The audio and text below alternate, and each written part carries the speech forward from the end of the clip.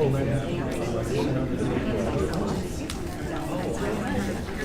the time is 6 o'clock, and the time is 6 o'clock, and we have a full agenda this evening, so we're going to go ahead and get started.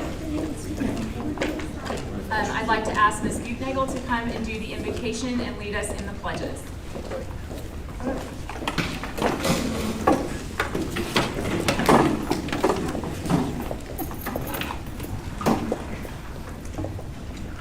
Please bow your heads.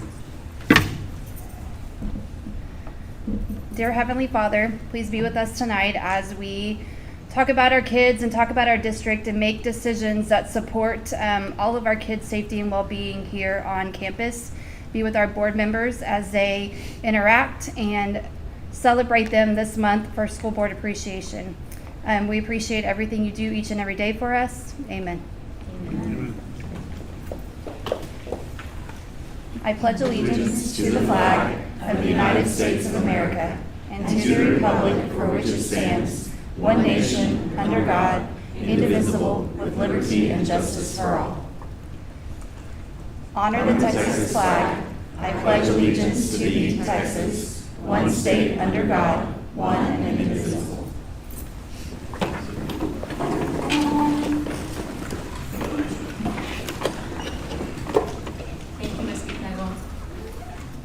Okay, the time is 6:01. We're going to call this meeting to order. Those in attendance, Becky Stevenson, Clint Shive, Donna Gillum, Melissa Sartain, Dan Reinhart, and Joel Frederick. Those absent, Dr. Lacey Gosh. The announcement that this meeting has been duly called and that notice of this meeting has been posted in accordance with the Texas Open Meeting Act, Section 551.043 of the Texas Government Code. Do we have any public participation at this time? No, we do not. There's no public participation at this time. And I believe we're going to go into recognitions, correct? I may have to write some things down so we don't get it all in the picture.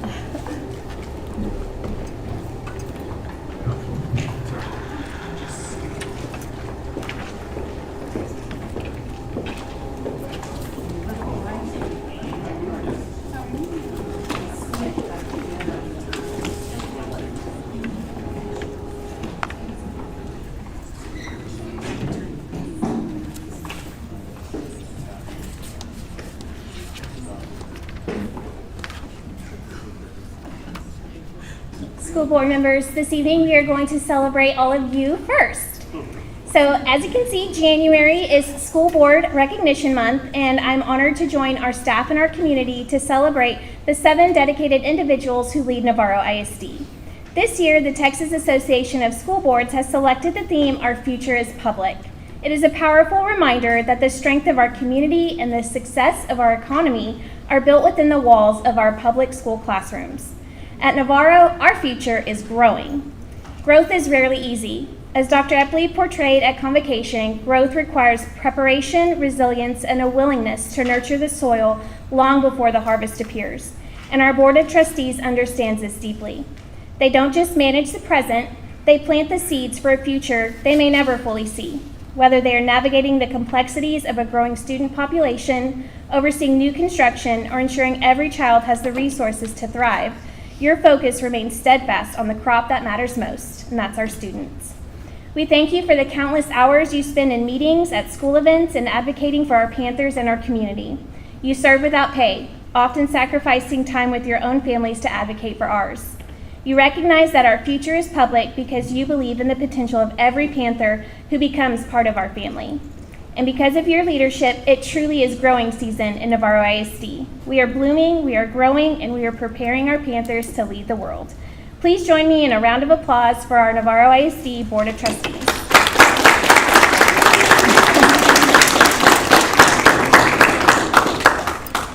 Can we get a picture afterwards when Dr. Gosh is here? Yes. Okay, that way there's all of you. Thank you. Okay.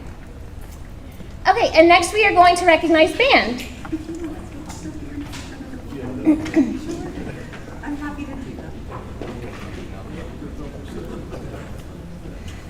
So as they make their way in, on January 10th, 9 high school band students competed at the ATSSB area band auditions. The Association of Texas Small School Bands is dedicated to supporting and promoting the interest of smaller school bands in the state of Texas, offering opportunities for musicians to audition for region, area, and a state band, which are highly selective ensembles comprised of the most talented young musicians. Students must undergo rigorous auditions to earn a coveted spot in these bands, and these ensembles provide a unique and challenging musical experience, allowing students to perform at a high level with their other gifted peers and under the guidance of experienced conductors. Earning a place in the area band is a significant achievement, recognizing the exceptional talent and dedication of these young musicians. Navarro ISD is in Area E, which extends from the greater San Antonio area all the way through the Rio Grande Valley.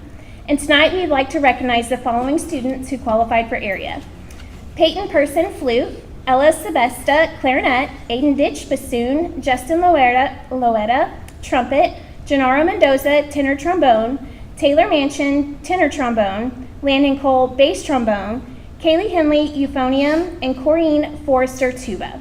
We commend our student musicians for their hard work and perseverance throughout the audition process, and all of our dedicated and talent band directors for their support as well. Congratulations.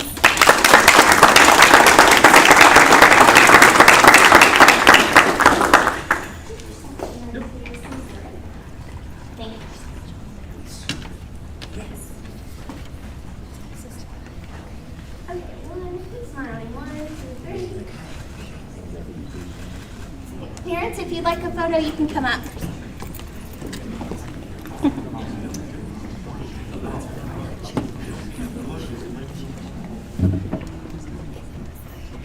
We're going to be absolutely. Yay, band's here. Thank you.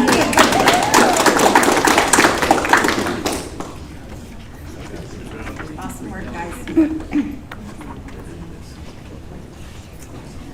And next we have our FFA teams. So it's a busy night, it's a busy week. A lot of our students are showing at the county show, so we're grateful to have these students here with us this evening.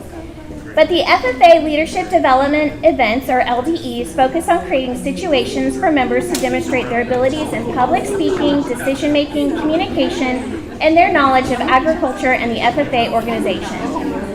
Team and individual events are used to reinforce what is taught in agriculture science classrooms, and the top 2 teams or contestants advance from the district level to area. Navarro FFA competed in 8 different contests at our district contest, and 3 teams or contestants advanced to the area level this year.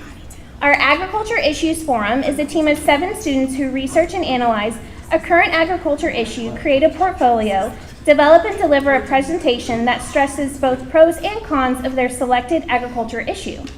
At the event competition, members use verbal skills and presentation abilities to defend their findings and answer judges' questions. This team presented to over 12 community businesses and industry organizations related to food science, and they placed 3rd at area.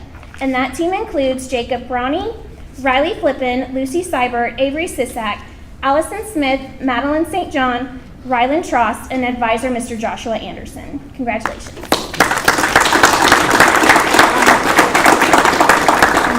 Also, the Green Hand Creed Speaking is where a member presents the FFA Creed from memory and answers questions about its meaning and purpose. This event boosts self-confidence, earns recognition, and develops powerful, organized, and professional communication skills.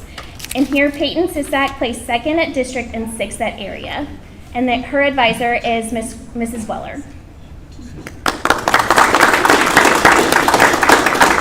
And the job interview, the competition, where each member submits their resume, completes a job application for an agriculture position on site, and participates in an interview both via telephone and one-on-one in person, and with a panel of possible employers.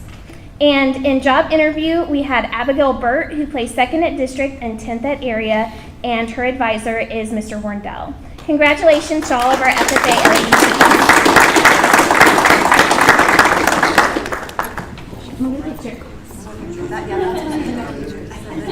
We can see it.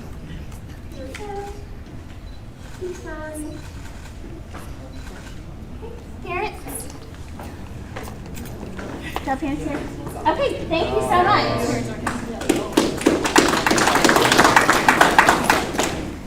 And that's it, thank you.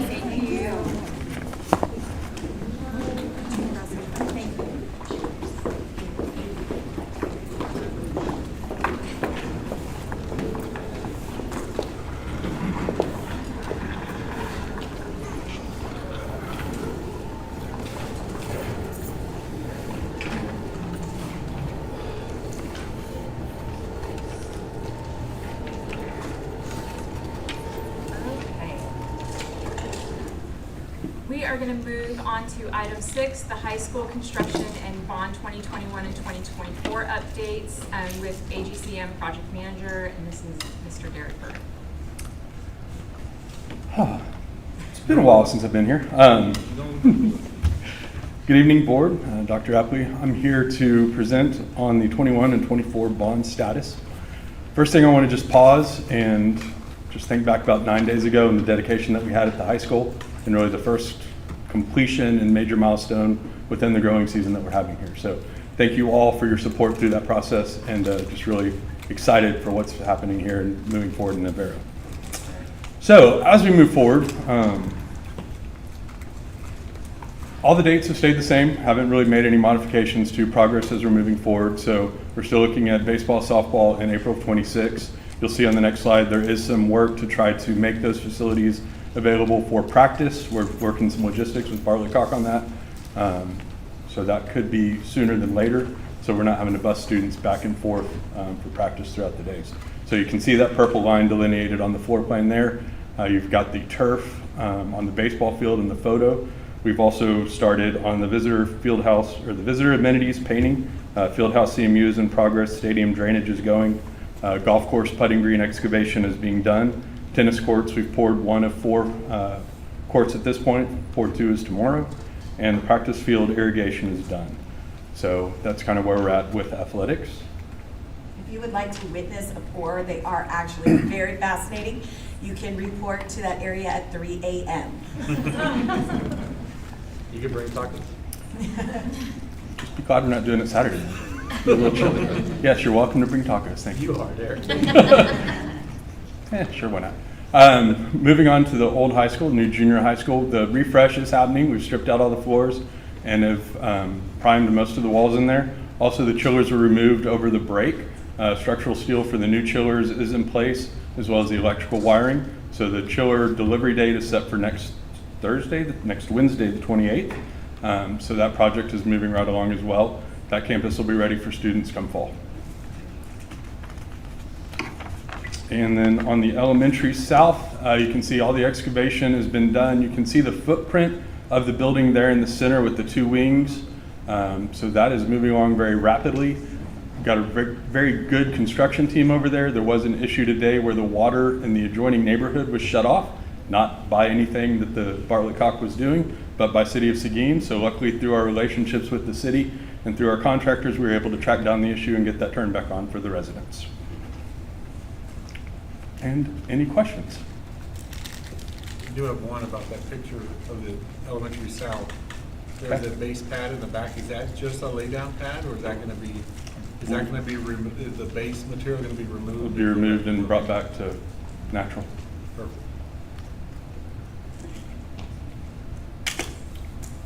All right. I don't have any questions, and after being up the dedication of the high school, we have a lot of confidence in you guys. So thank you. Appreciate that. The building is beautiful.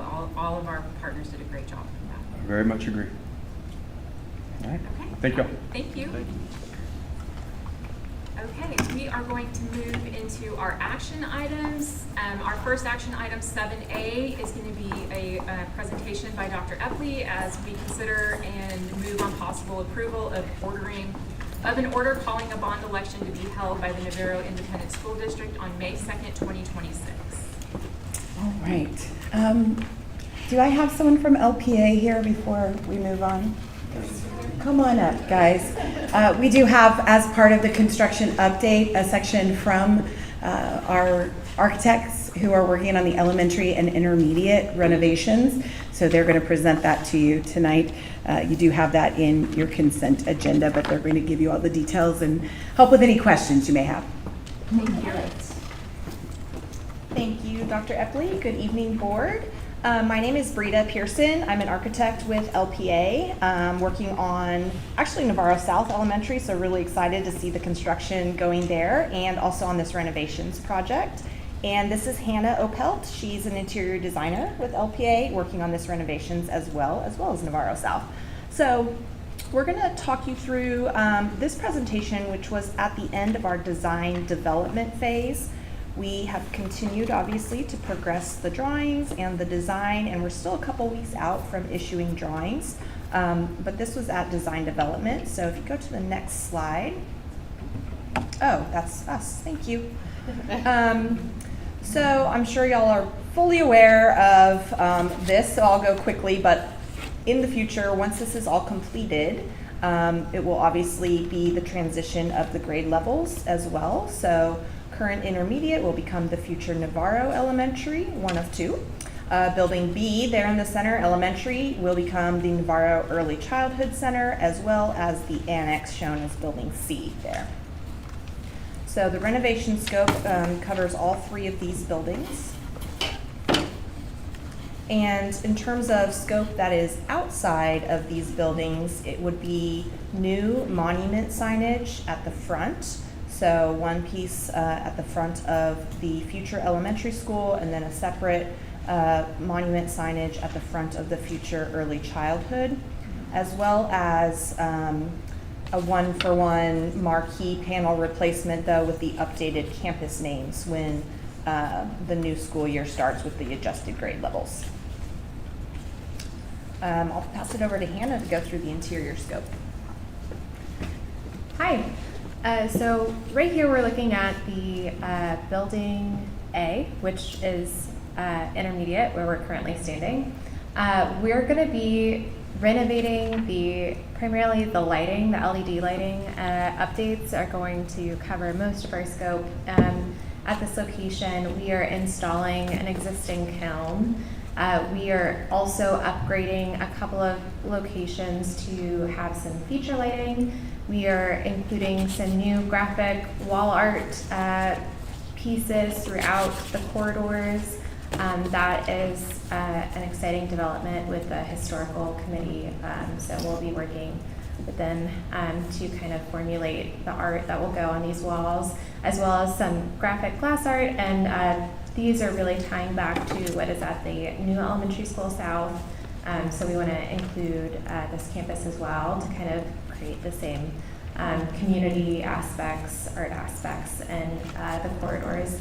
We'll be protecting a couple of the existing wall murals, and a couple of them we are looking at replacing or updating. And we're also going to be protecting the existing ceilings as they are, just with the exception of lighting that we'll be replacing. And we're going to do a pretty significant theatrical upgrade in this room here to include curtains and rigging and lighting. We'll be keeping the projection system, but that again is to have parity with the new elementary school. Moving on to building B, which is current elementary, future early childhood. We'll be doing the largest architectural scope is really a new freezer and point of sale at the kitchen. And likewise with the intermediate school, we will be doing new LED lighting and new paint. Again, with the intermediate school, I don't think I mentioned that, but we'll be doing new paint in the corridors to just kind of update the branding. It'll be Navarro purple and gold, so it'll be a little bit more consistent with the Navarro branding. We'll also be introducing a couple of new graphic wall murals, and we have some fun lighting planned in the main corridor just to kind of give that a refresh and make it a little bit more age appropriate. This is also where we're going to be introducing a really exciting monument sign. We're working with an artist at the front, and I think that's going to be a really nice picture opportunity. So we're excited to see the development of that coming in as well.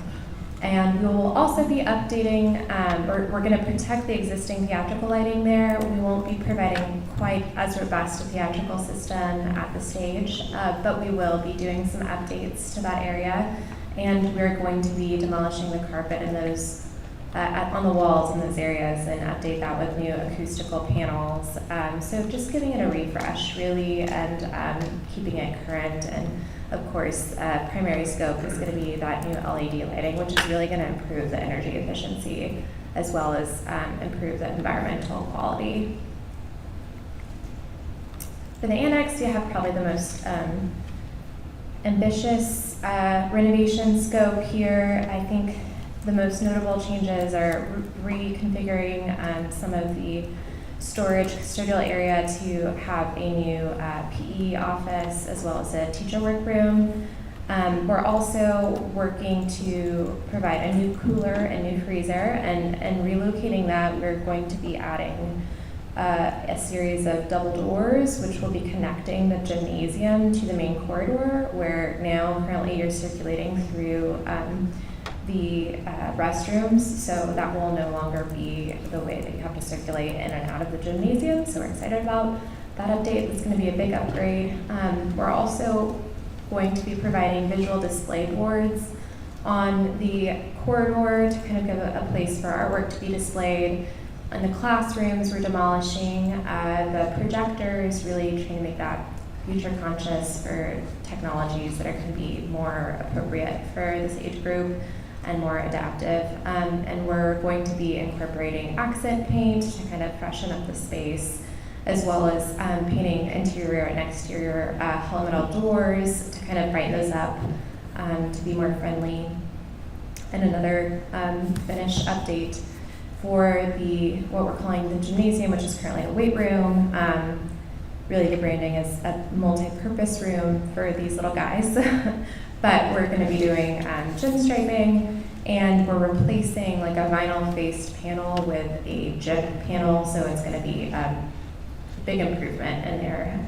Of course, again, number one updates are going to be the LED lighting, so that's really going to improve those qualities in that space. Hannah, I just want to make a quick correction. I know you said weight room, but it's actually not the weight room. It would be the coach's office space and kind of workout area. Correct. Currently, the weight room will remain the same. That's and correct. it will be fenced off from the early childhood center, so there won't be the possibility of interaction Yes. between the junior high utilizing that weight room Yes. and the early childhood center. Yes, that's correct. Thank you for making that important distinction. There's currently a door that's kind of connecting this addition, but we're going to infill that. So these spaces will be very separate from each other. Do you have any other questions? We're looking at a few HVAC upgrades in this building as well. I can touch on a few of the building system upgrades in this particular building. As mentioned, we are going to replace the HVAC in the gym. So it's currently these barred units that are on the exterior. Going to come back in with rooftop units that'll be grade mounted to condition the gym space. And then there's several data racks that are located throughout these classrooms. All of those are going to be consolidated and relocated into a central MDF room, which is there kind of in the central space with those smaller rooms there in the middle. So the cabling for that as well will be rerouted. And then the PA system is currently connected to the now old high school, given that those students were utilizing this building. So that'll be reconfigured then to be tied into the early childhood, and then a few security updates as well with some card readers at the exterior doors and things like that. Any questions on any of that? I know you didn't specifically touch on it, but we've got all of our mandated safety things going in there as well. Correct. I just want to make sure that that's set out loud. Yes, ma'am. I do have a question, and this may be for Mandy, it's just space use. Replacing the cooler and the freezer, are we demolishing the rest of the kitchen, or are we going to be using the kitchen? So that kitchen still serves as our catering kitchen for now. Right now, we've outgrown what is there, and so we've had to place things outside and in a portable. And so this would be updating that, moving it all inside, and still having it as the catering kitchen.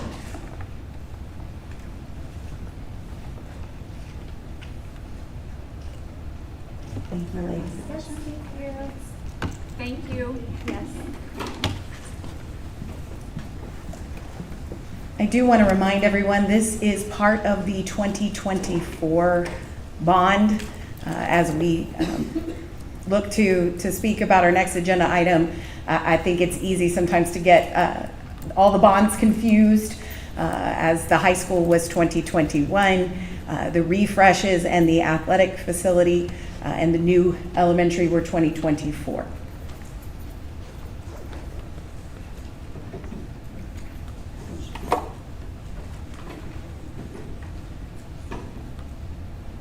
Ms. Sartain, if you're ready, I'll move on to the next item. Yes, ma'am. Do you want me to call it again? If you would like, that would be wonderful. We're doing 7A, consideration and possible approval of an order calling a bond election to be held by the Navarro Independent School District on May 2nd, 2026. And Dr. Epley is giving us the presentation on that. Good evening, board members and President Sartain. I'd like to start out by talking about the focus we have had in Navarro ISD on addressing our population growth and maintaining our taxpayer investments by collaboratively engaging with not only our staff, our students, our parents, and our community members, as well as facility experts and financial experts. All of this has taken place through our long-range master planning committee, which began 2.5 years ago. It is an extension of previous processes that the district has had.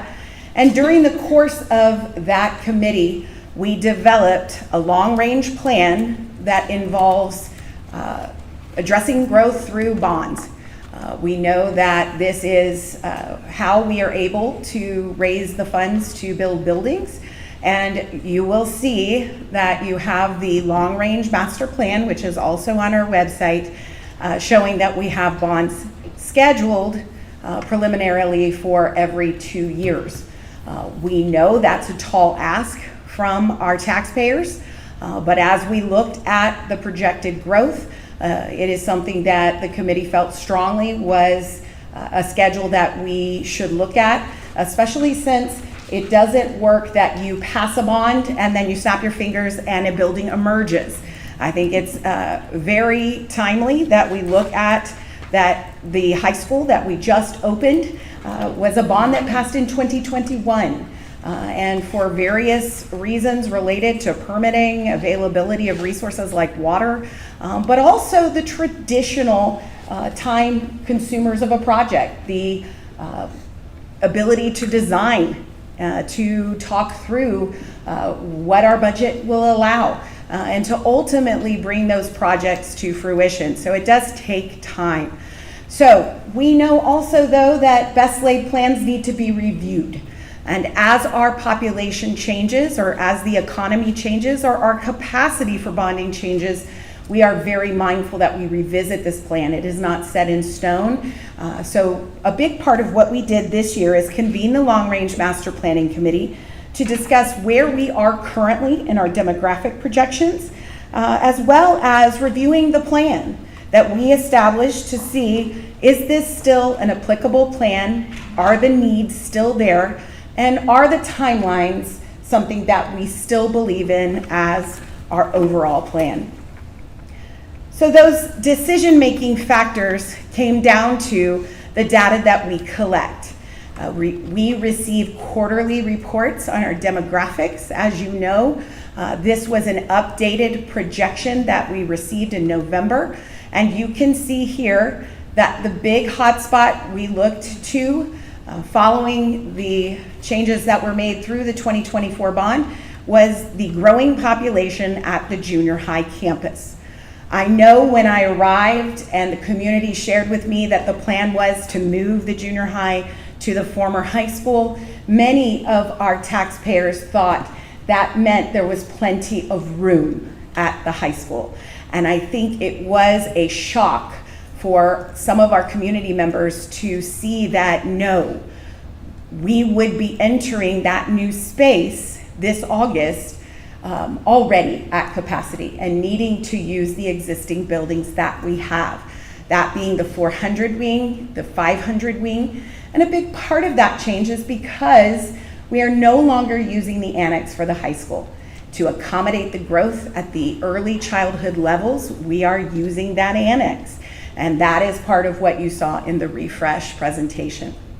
So you see here the 707, which is the updated current population at the junior high. That fluctuates from any given day. Some days we'll have students who leave. Some days we'll have students who come in, but this is the current average of 707. As you know, our demographic projections have been pretty much on, if not exceeded. We have exceeded at all of the campuses the initial demographic projection. So anticipating that has been the trend, you can look at what they're predicting. What stands out and what stood out to the Long Range Planning Committee is that in 3 years, you'll exceed 1,000 students. Currently, we moved over just over 700 students to the new high school, to give people perspective. You'll also see if all of the building projects that are known at this point and are predicted through the demographic report come to be, that you are looking in the decade at over 1,400 students. So the need at the junior high was one of the primary topics of the Long Range Master Planning Committee. I think some of the people who see these numbers immediately jump to, where are they coming from? And I will tell you that this is our district housing overview. You are no strangers to this data, where you are seeing where we have vacant developed lots, what the inventory currently is, what is currently being built, and what futures are available. You can see that our decision to put the first breakout elementary at the southern border of our district was due to the growth that you see there in the already established or coming communities there. That is where we're seeing most of the growth, but it is not the only place we are seeing the growth. I met this week with the developers that are building off of 123. Originally, they purchased just the old Maldonado property across from the grain bin silos. They have expanded their tract to wrap all the way around to the side of our intermediate.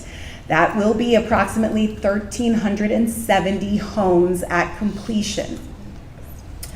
We also are seeing other subdivisions pop in the more northern area, and so just wanted to recap. As you know, we had this presentation from the demographer, but for those who are listening to the presentation or are here tonight who may not be aware, you are seeing these are subdivisions happening, not imaginary things or possible things.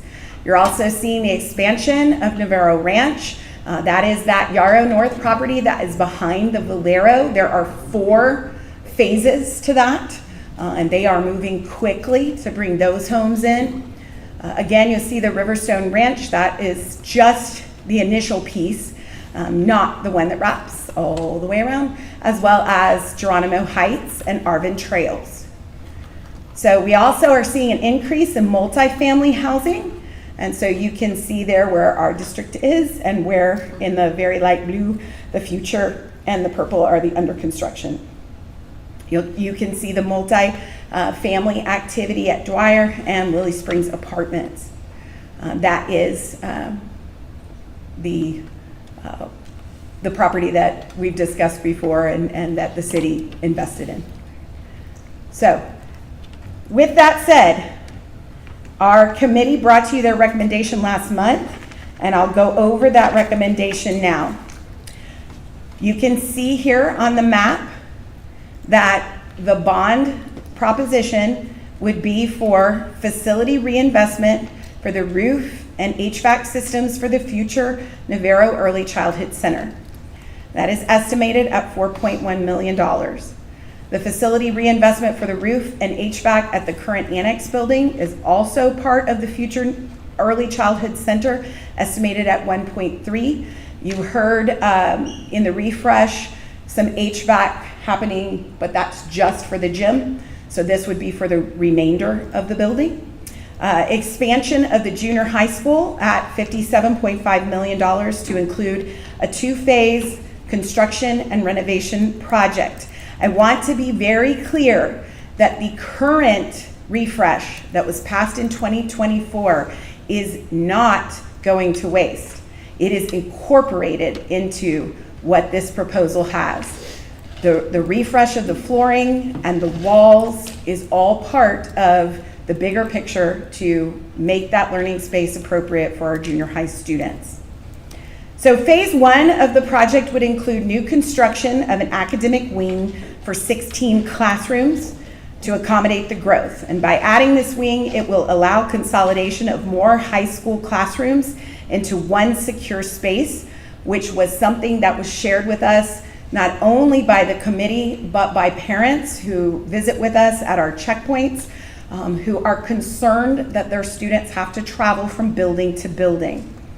So this would allow bringing those to one secure space and then offer a dedicated and recently refreshed environment to our DAEP program, in that we would be able to turn over the 400 wing for our DAEP program, removing them from the other campuses, as well as offering some support spaces. New construction of a cafeteria and cafetorium, which will allow for lunch periods to be in one space rather than accommodating the amount of students we have in not only the interior of the campus, but also the exterior cafeteria they are currently using, which is what would need to happen due to the amount of students and trying to retain a minimum amount of lunch periods. Until completion, we would use the two current cafeterias, and then phase one is expected to be completed in summer of 2029. Phase two includes the renovation of the current high school cafeteria and stage area. This would become additional classroom spaces. By doing this renovation in a phased system approach, we are able to use the facility during construction. So you're able to have students move out of one space, occupy the new space, and then begin the construction on the next phase without having them out of the building. By phasing this construction, we're able to continue utilizing and maximizing our current spaces to serve our students, and phase two completion is expected spring of 2030. So when you look back at our demographic numbers, if you have questions about the timing, you can see there how long it takes to have that construction ultimately completed and how we are reaching those numbers that started the project discussion. Okay.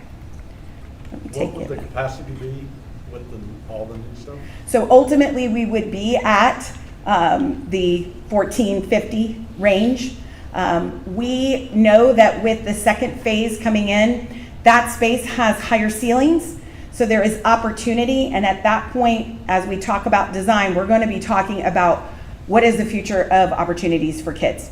So if there's going to be more career and technology education at the middle school level, those would be spaces that may allow for larger classroom spaces.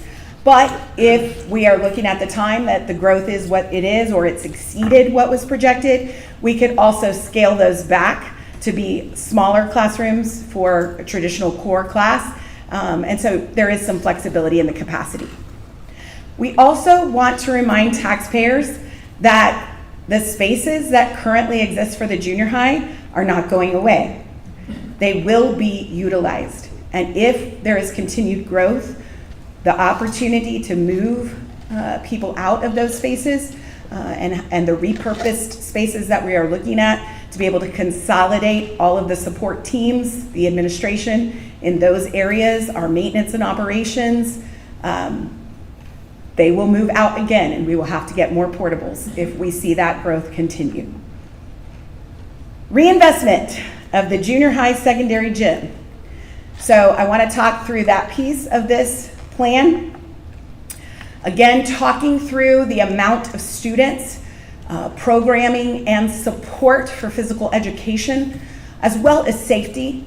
We looked at tying the existing, what is called the event center, into the junior high as a secondary junior high space and refreshing that.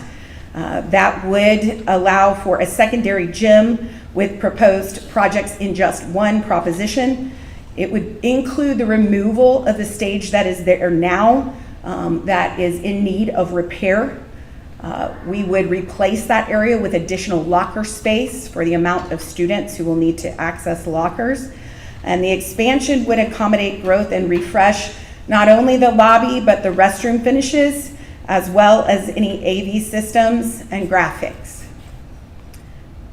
We also are looking at drainage, fencing, and parking improvements through this piece to connect our newly developed opened parking space to the junior high on that side, as well as looking at how we can accommodate any lost parking in what is currently that event center parking lot, and gain some more parking over in front of what is currently central office.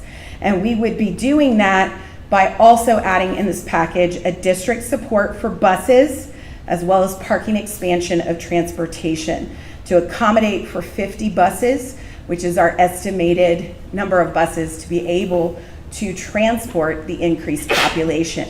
As I have shared with you before, the average of most districts' ridership is 40% of their student population. We are closer to 60% of our population utilizing buses, and that is why we need to be able to have not only the buses, but the drivers to accommodate that.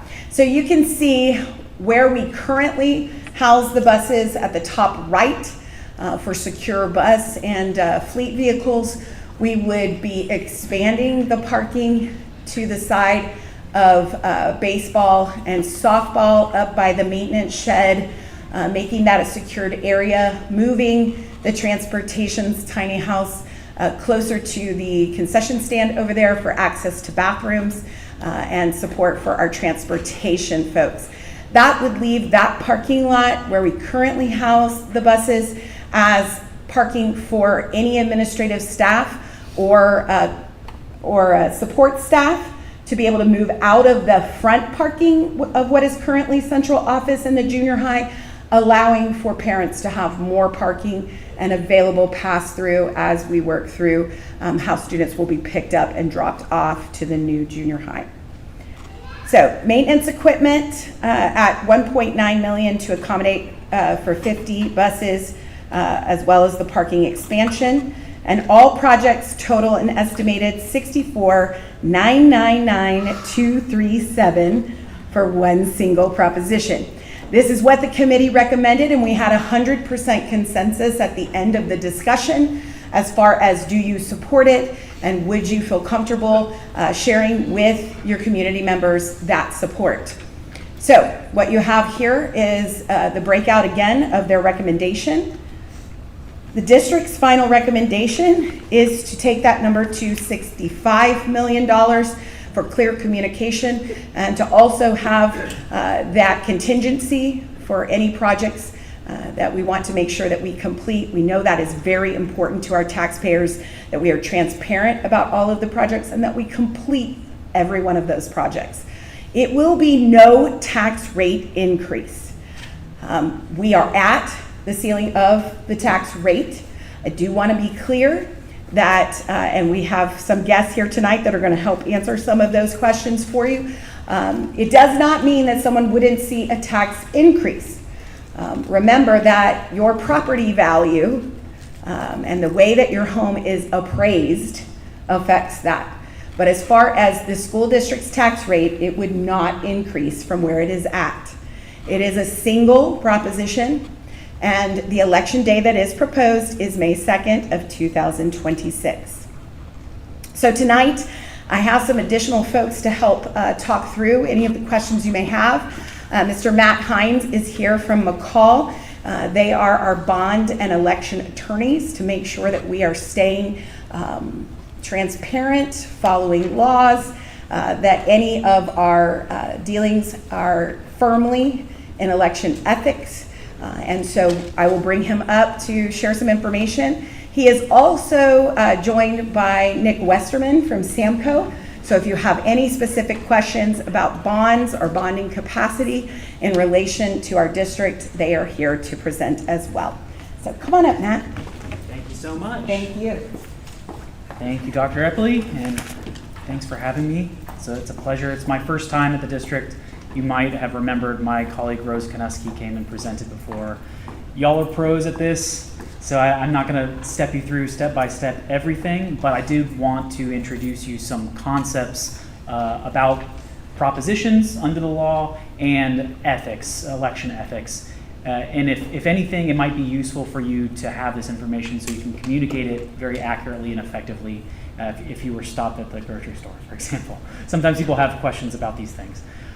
So basics. Bonds are promissory notes. They're secured by property tax. But importantly, they're authorized by voters and approved by the AG.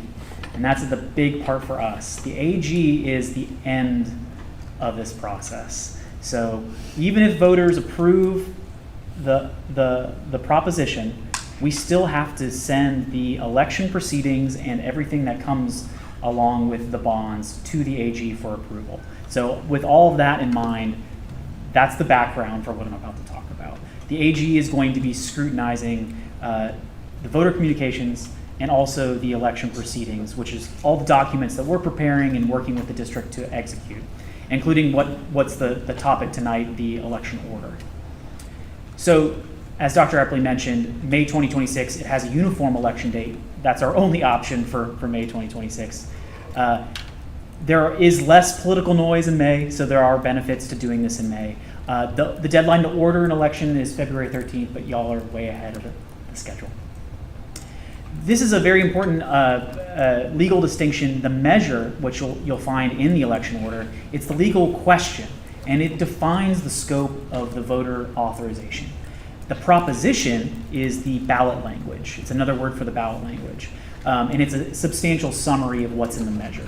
So you might compare in the election order the measure to the proposition and say, hey, not everything that's in the measure made it in the proposition. And that's okay because the proposition is a summary. And I'll walk you through why that's important.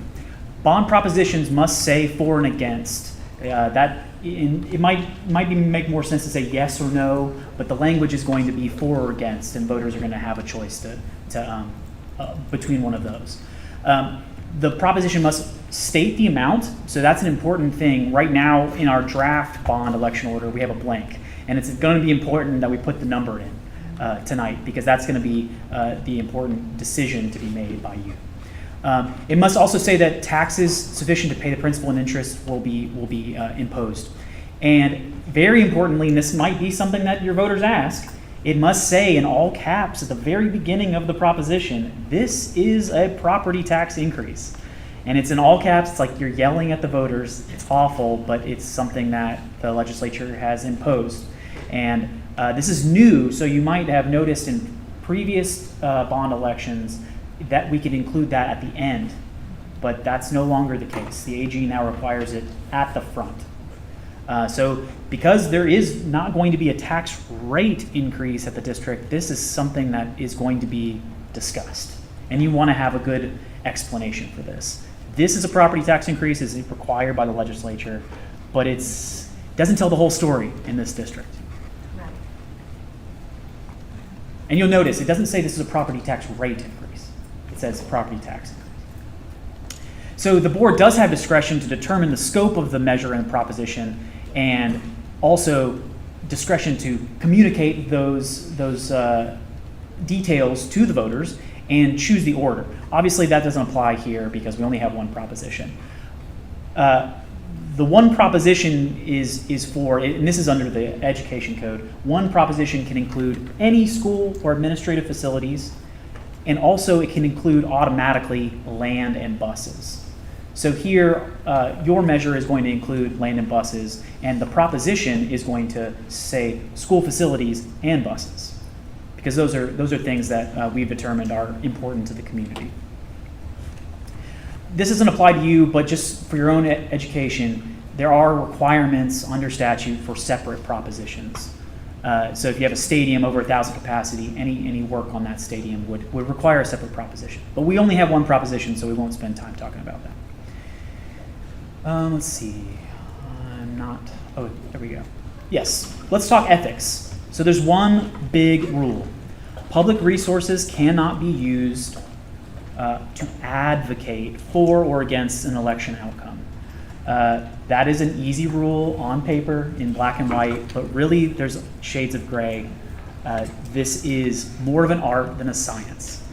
And so just to give you some confidence, we have put together a plan. We've given you some education, written literature. We're working with Chelsea to work on all official communications that the district puts out to voters is going to be focused on this rule. Because anything the district puts out, it needs to not advocate. Now the question is, what does advocate mean? That's not super clear under the law. The law has things in black and white and it's written, but there's a lot of lessons we've learned. We do about 80 elections a year all across the state, and there's been occasionally a slip up. And so we learn from those slip ups and we pass that knowledge along to you guys. Election ethics comes from statute, but it starts in the Constitution. The legislature cannot authorize a grant of public money to private individuals or entities. This makes sense. You don't want public money just going to private individuals. So how does that apply to elections? Well, the determination of whether someone's going to vote for or against a proposition is a private matter. That's a private decision for a voter to make. So if you're giving money to sway a voter one way or another, that's like giving money to a private interest. The election code codifies this and says officers and employees cannot use public funds or internal mail systems to distribute political advertising, which is communication supporting or opposing a measure. It's either in print or it also includes online. So it's a very broad definition. However, and I want to stress this, it's very important, and this goes for all official district communications, uses of public funds. There is a massive exception, a carve out by the legislature. You can use public funds to factually describe the purposes of the measure. So that's very important. If you're saying facts and you're factually describing the purposes of your election, that's an okay use of public funds. The district can put out information that is factual. And one of the ways that we incorporate this into our election order is the measure, and you'll probably see this later, but the measure includes a string of these words: designing, construction, renovating, improving, upgrading, these types of words. Those words are always okay to use. Even if they sound like they might be advocating, they are factually describing the contents of this election. So always feel free to describe something as an improvement, an upgrade. That's specifically accepted. The Education Code also has provisions, and the TEA has been much more active in investigating ethics issues. We've seen the TEA take a much stronger stance. And this is not meant to scare you, but there are also penal code provisions that apply to this, because it can be seen as a misuse of government funds. So this is a very serious topic, and there are a number of people out there looking to catch folks screwing up at this. The AG has recently assigned someone in the administrative department to contact school districts. We've had clients receive letters. It's a real thing. They're out there. They're looking at your voter communications. So I don't want to spend too much time talking about the details, but I have some basic basic guidelines. So when a communication is being made, you need to ask these 3 questions. Who's making the communication? What's the method of communication? And is the communication subjective or objective? If the answer to those first 2 questions is that it's a communication of the district and it's in print or on the internet, then the communication needs to be objective and not subjective. So you have to put on your English teacher hat and think about, is this a word that is showing emotion, a judgment? Am I drawing a conclusion for the voter, or am I stating something objectively and letting the voter fill in the blank? So that's what we'll do to when the district sends us voter communications to review, we'll review it and we'll look for that type of stuff. To give you an example, because this is best, I think, explained by an example. Here's in this situation, a director of communications at a district puts out a one-pager, and on the one-pager it says, "We need more money. Our tax rate has gone down for 5 consecutive years, but now is the time to keep our future bright. Register to vote!" Exclamation point. So what do you think? Is this objective or is it subjective? It's probably a little bit of both. So we need more money.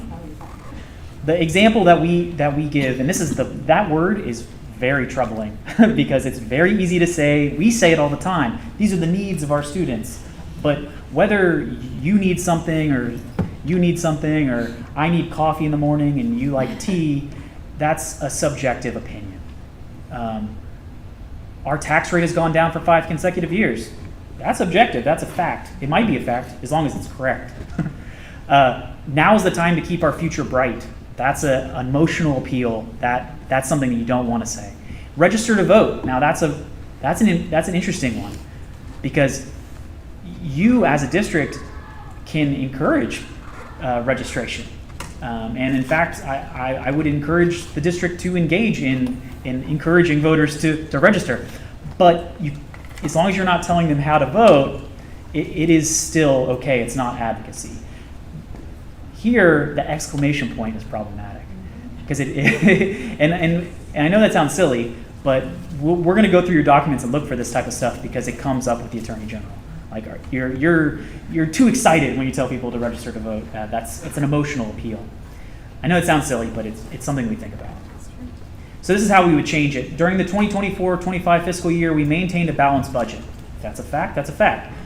Our tax rate has gone down 5 consecutive years, and this proposition would return our tax rate to 2023-24 levels. So anytime you can replace a subjective phrase or statement, it's really nice to be able to put some facts. Visit our website for information. Always point people back to facts. That's a good way to do it. But what you might be interested in is how trustees, what applies to trustees. And this is where it gets a little bit more complicated and gray. Here's a good example. A trustee at a pre-call meeting, so a meeting that was held before the election was called, makes an emotional appeal that we really need this new elementary school. And someone videotapes that, and then the board calls an election.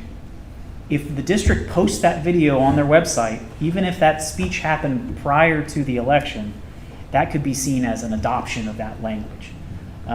So even statements made prior, if they're made in an official capacity on behalf of the district, can be adopted in the future after the election is called. So that's the important thing, is after the election is called, that's when the election period begins and these ethics rules apply. Before, you can make those emotional appeals, but after, you can't. Another example is, what does public resources mean? So you have a staff member who's on their lunch break, and they go on Facebook and they post, "Vote yes on the bond." Is that a violation of the ethics rules? Because they're using their time, it might be that they're off hours, and so they're not violating, they're not using public resources to make that appeal. But just the appearance of using school hours and resources to advocate on Facebook could be seen by community members. So we always encourage folks to, and we have some literature to give to the staff to let them know what those boundaries are. An important distinction here is that as trustees, you are not the same as Dr. Epley. Dr. Epley is considered to be always on, and that's a tough job. She's not going to be able to be very emotional about the bond during this process. However, you all may, because you are not representing the district at all times. I'm assuming, does everyone have a district email? So I would avoid using the district email to do any of that business, and I would avoid being in groups, creating a quorum, and making statements like that. But if you're acting as an individual, you should feel free to exercise your First Amendment right to speak as an individual, as a taxpayer, right? And for that reason, we always encourage, if you're going to give a presentation or something like that, you're going to meet the Rotary Club or somebody, you can always pair up Dr. Epley with a trustee and she can give the facts, and you can give the color commentary, if you will. So that's a good way to go about things. So if you run into that situation, that's how to approach it. Another example, if a student were to use school equipment to create a video, we see this all the time, students in journalism class or something, creating a pro bond video. If they're using their class time and they're using school equipment, it could be a violation. So make sure any like video content that's being produced at the school, it's difficult to control, but you try to encourage that. Make sure that that is done with some amount of supervision. There are other issues, and I can answer questions about this. I won't spend too much time, because I know you have a full agenda. But there are other issues about using school facilities for certain purposes. If you look at your board policies, the district has a fairly strict version of the TASB policies when it comes to use of school facilities for political purposes. It's not allowed. So I don't think you're going to have as many issues with this, but we see lots of issues with third-party groups coming onto campus and being allowed to speak where others aren't. And the most important rule is to make sure that everyone has the same rules. So that's what I would encourage. And then always a good example right here is if you hire somebody to be on campus for any reason, you should always be aware that their speech might be construed as advocating on behalf of the district. In this example, there's like a taco truck that was passing out food during a community event at the school and was hired by the school, but wanted to put a vote yes sign on their truck, and that would be seen as advocacy. And then I usually end this presentation with a very special situation that the TEA investigated a couple years back. I won't name any names about the district that it happened to, but there was an assistant principal at a school that had a bond election, and they came up with an ingenious plan to encourage teachers to have voter turnout. And they passed out these forms that parents could put I voted stickers on and return. And the class that obtained the most I voted stickers, that teacher would get the ability to wear jeans to work all month.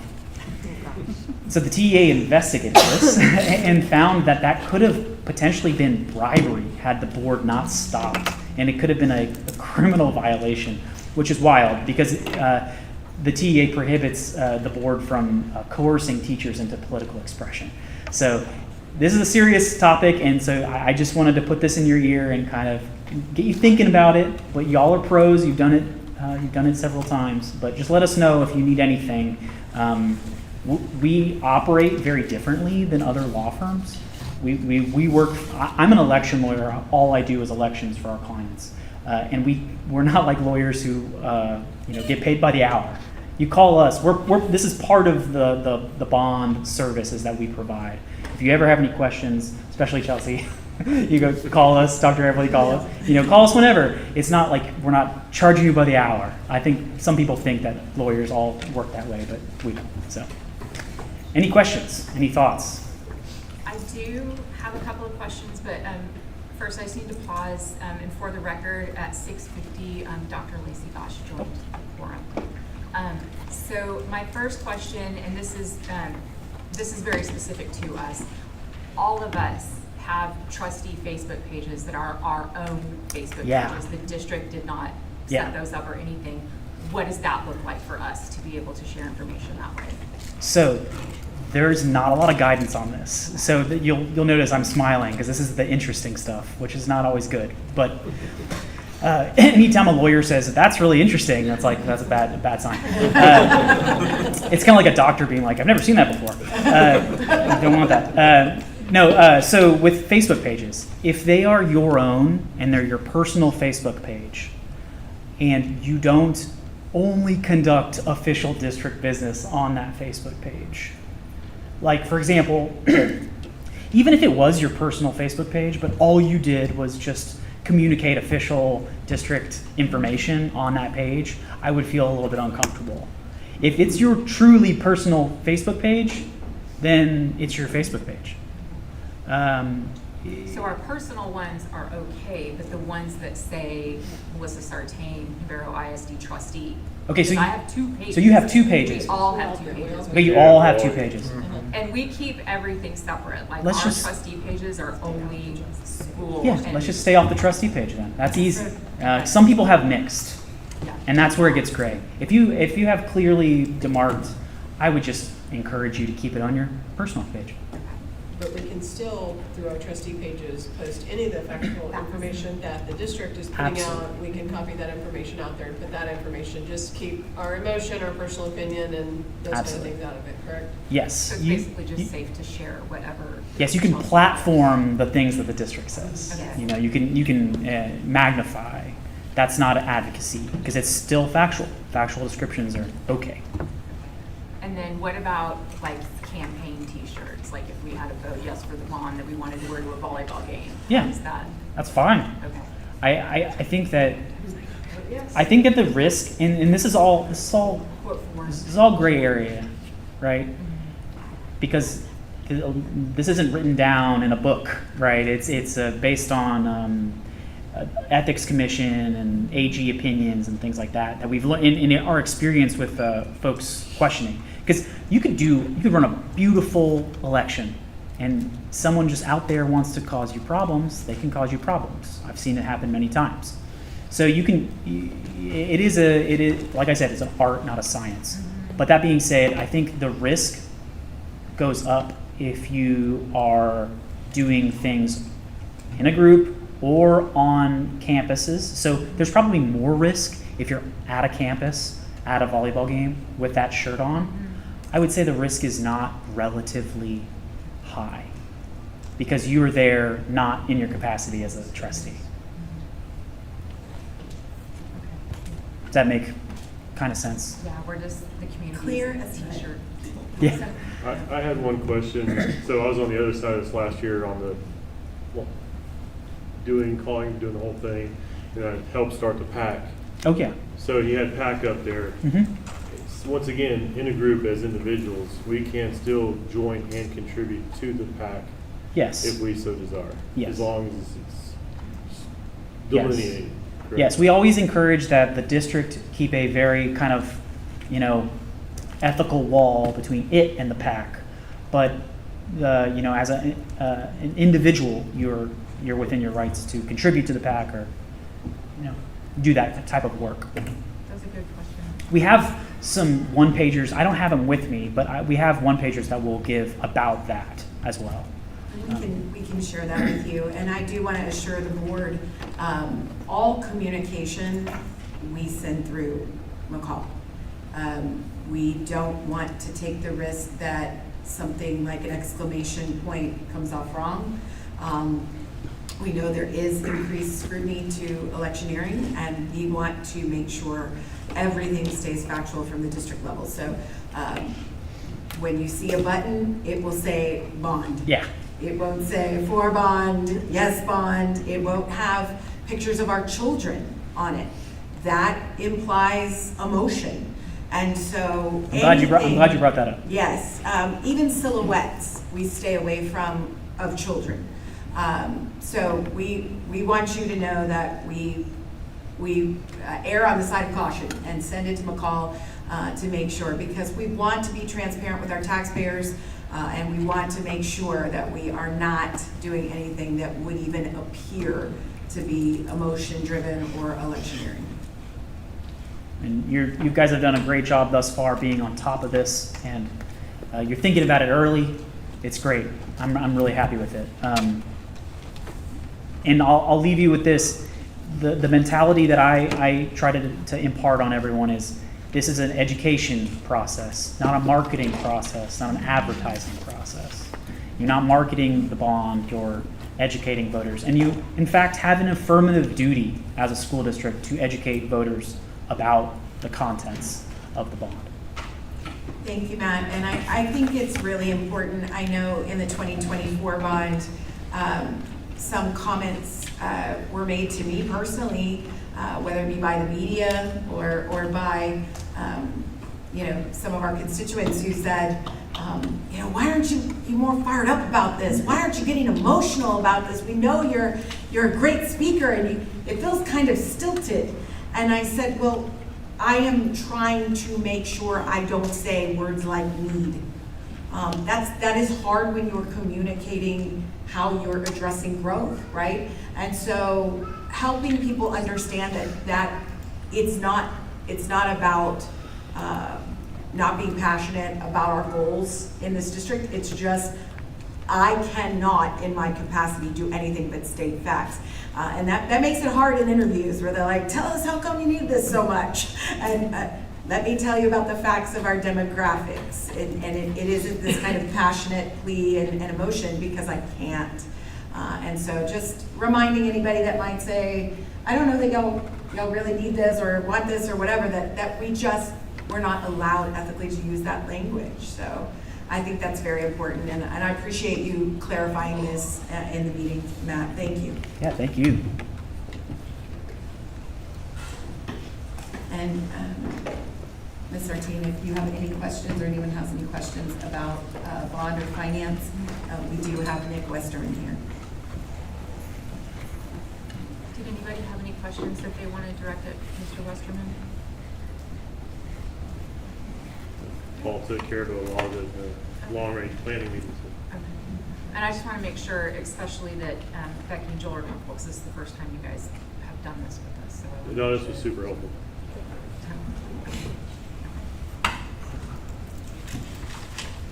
All right, so I have a question. When I call for a motion, are we just reading the action and putting the amount in there? Yes, Okay. and that was left blank for you, Okay. so that you could make the decision. Obviously, you have the actual estimated cost, but the district is recommending the 65 million. And we wanted the board to be able to make the decision on the final number. Some of the other blanks, to be clear, we spoke with McCall, and those are things that can be added in later, but that particular motion must have a number to it tonight. And I would point out too, when you make the motion, please include that number in the motion. Yes, sir. Perfect, thank you. That's the only thing I wanted to point out.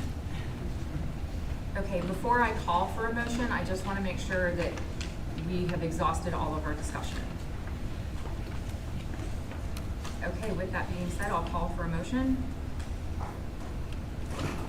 I move to, Go for it. you go. No, you got it. I move to approve the board to adopt an order calling the bond election to be held on May 2nd, 2026, with the Proposition A in the amount of $65 million. All second. Okay, the motion was made by Dan, second by Joel. All those in favor? All right, the motion is going to carry. Yays are, I have to do this out loud, don't I? Becky Stevenson, Clint Shive, Donna Gillum, Melissa Sartain. Did you vote? Dr. Lacey Gosh, Dan Reinhardt, and Joel Frederick. The motion's going to carry 7-0.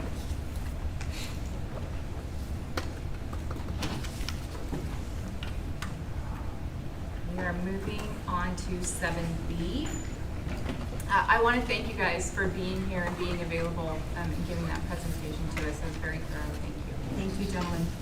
Okay, 7B, we are just considering the possible approval of the Fine Arts out-of-state trip, and Mr. Adams is here to give us some information on that. Good evening, President Sartain, members of the board, Dr. Epley. Yes, just a quick overview of a proposed out-of-state trip for our Fine Arts Department, Navarro High School. Of course, this is part of board policy to approve out-of-state trips. So the proposed trip is to New York City for a combined Fine Arts Department, March 4th through the 8th of 2027, next school year. It's the Art, Music, Theater, and Dance departments with an estimated cost of $22.50 per student, which I'll outline here shortly. So the objective of the trip is to provide Navarro High School fine arts students with an immersive, real-world exposure to professional fine arts activities across multiple disciplines in one of the world's premier cultural centers. The rationale for this trip is really 5 parts. It's first, strengthening collaboration across our fine arts disciplines of music, art, theater, and dance. Provide some additional recruitment opportunities of students by offering a special learning and travel opportunity. to extend our classroom learning through direct engagement with professional exhibitions and performances. Fourth, enhance career and college readiness for arts-focused students by witnessing firsthand a variety of professional careers in the arts. And lastly, foster inspiration through exposure to diverse real-world experiences in one of the largest cultural centers in the world. The trip details include a variety of fine arts activities for our students to enjoy, including visiting Metropolitan Museum of Art, Broadway show, an interactive workshop with professional performers, a tour of Radio City Music Hall, visiting Lincoln Center, and more. And then some other activities that also have educational benefit, visiting Statue of Liberty, Ellis Island, visit the 9/11 Memorial, One World Observatory, Rockefeller Center, St. Patrick's Cathedral, and more. So the trip would be 5 days, 4 nights. The cost I mentioned, $22.50, is including airfare, housing, admissions, and most of their meals. This would be payable in monthly installments directly to our travel vendor, so we wouldn't be collecting any funds on site. We will also be exploring some full group fundraising opportunities to help lessen the overall price for everyone. This would be an optional trip for students, and no students would be required to participate. However, we do feel that there'll be strong interest, and with the planning and potential of this trip, over a year away, we feel like the cost will be manageable, being able to spread it out over several payments.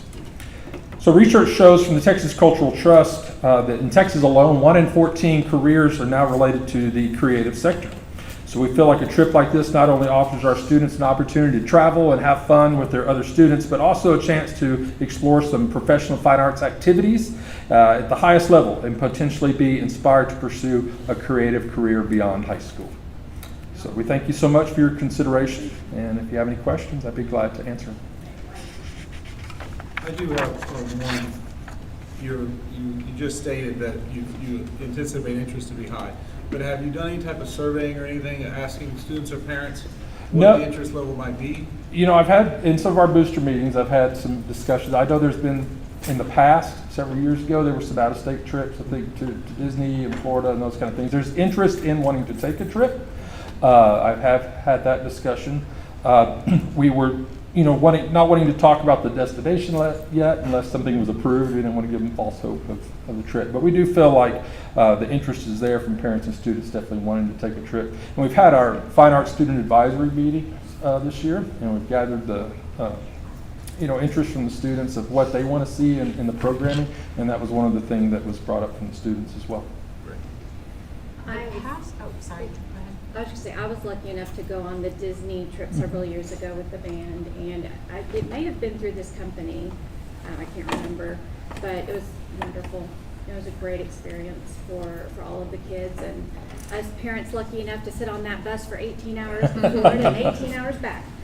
And then back in 2020, we had this because my daughter was going to do the New York trip. I don't know if y'all remember this, but then COVID happened, and they refunded us, of course, but so many districts have programs like this, and like, for example, when we were at Disney, seeing a band was like an everyday thing for Disney. So I think it's great that we have this available for our kids. Thank you for bringing it Absolutely. to the district. And I think the thing that I just wanted to comment on is the previous trips for Disney were band only. Mm-hmm. This is the entire fine arts department, correct? Yes, and that's something that's really important to me, to see that collaboration. And we share a lot of students between programs, and so this doesn't, make one program seem better than the other, and the kids feel like they could all be involved. And there is a requirement that a board member attend, correct? You're more than welcome to attend. You'll have plenty of volunteers for that. That's a good fundraiser there, Joel. I'm just saying, the cook and the plumber. And it is Plumbing's student an art. funded, correct? Yes, it's funded from the families, yes. That is Their very small district portion would just be getting us busing to the airport, and school buses, and covering a couple subs for teachers while they're out a couple days. But the district portion is very, very small.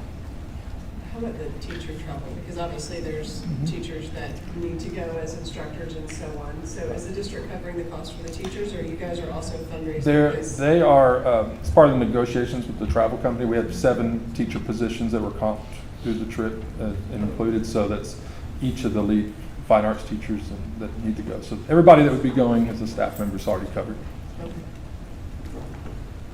Does anybody have any other questions or comments? My questions were answered in that brand new forum. Thank you for that. And we appreciate that because you were very thorough with asking questions. Sometimes I'm too thorough. You still won't know the answers. So that's good. So, okay, if there isn't any further discussion, then I'll call for a motion. I move to approve the high school fine arts trip to New York in March 2027. And a second? Second. Okay, the motion was called by Clint and second by Donna. All those who approve? Those approving, Becky Stevenson, Clint Shive, Donna Gillum, Melissa Sartain, Lacey Gosh, Dan Reinhardt, and Joel Frederick. That motion is going to carry 7-0. Thank you so much. Thank you. Okay, item 7C, consider and possible approval of the close-up program, ELL students out of state. Thank you, President Sartain, Dr. Epley, and members of the board. Our emergent bilinguals have an opportunity to also attend an out-of-state trip. This does not happen every year. This is on a rotating basis. Generally, our students go to Austin and they participate at our capital and do the program there, but this is a 6-day opportunity in Washington, D.C., in which they get to experience our nation's capital. They get to go to all the historic monuments. The students are, they spend a day at the Capitol, they learn about government, they learn about our, all of our different policies and procedures and how bills are made, how laws are made. So it's a very exciting opportunity for our students. Those that have previously participated in Austin are very excited about this opportunity. So the Title III SSA funds are what are used to pay for this trip. That's our shared service agreement with Region 20, all of our funds. Our district receives $16,734, but it doesn't just pay for this trip. This pays for, you can see Letty Miller is here in the back. Letty is our ESL specialist for the district. She does training throughout the year. She goes to conferences, and so our SSA helps to pay for that. It also helps to pay for programs within our district that we use for our emergent bilinguals. So they fly out on a Sunday. All meals are covered through this Title SSA agreement. All excursions, flights. It also covers our participants. So Letty would be our chaperone, and we have 5 students that this program would support. So we're asking for the opportunity for our students to participate. It's our first time that we will actually have a group of students that gets to travel to Washington. So we're super excited for them. They do an application, and then there are certain rubric pieces that they have to meet in order to participate. So currently Letty has 10, I think, that have applied. And if there are other districts that do not participate in this opportunity, it could be possible that our number of 5 could expand. But currently we are promised 5 participants, and we do have 5 students selected, with Mrs. Miller serving as our chaperone. I shared a brochure in the information, and Joel, thank you for the questions. I do appreciate having that opportunity to give that information. So if you have any additional questions, I'll be glad to answer them, but I'm super excited for this opportunity for our students. Do we have any questions about the trip? Or any comments? It's great. Okay, if there isn't any further discussion, then I'll call for a motion. I move to approve the participation of eligible Navarro ISD students in the close-up program, which will be held in Washington, D.C. in June of 2026. Okay, the motion was made by Donna and seconded by Lacey. All in favor? All right, that motion is approved by Becky Stevenson, Clint Shive, Donna Gillum, Melissa Sartain, Lacey Gosh, Dan Reinhardt, and Joel Frederick. The motion is going to carry 7-0. Thank you. Thank you. Okay, we're going to move into item 8. These are our discussion items. We're not taking any action on these. And our GT update is going to be by Ms. Adams.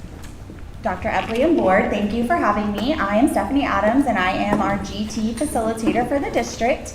And tonight I just wanted to take a few minutes to give you an update on our program so we can just talk about how it's growing as our district is growing, and just information, and as always questions I would be happy to answer.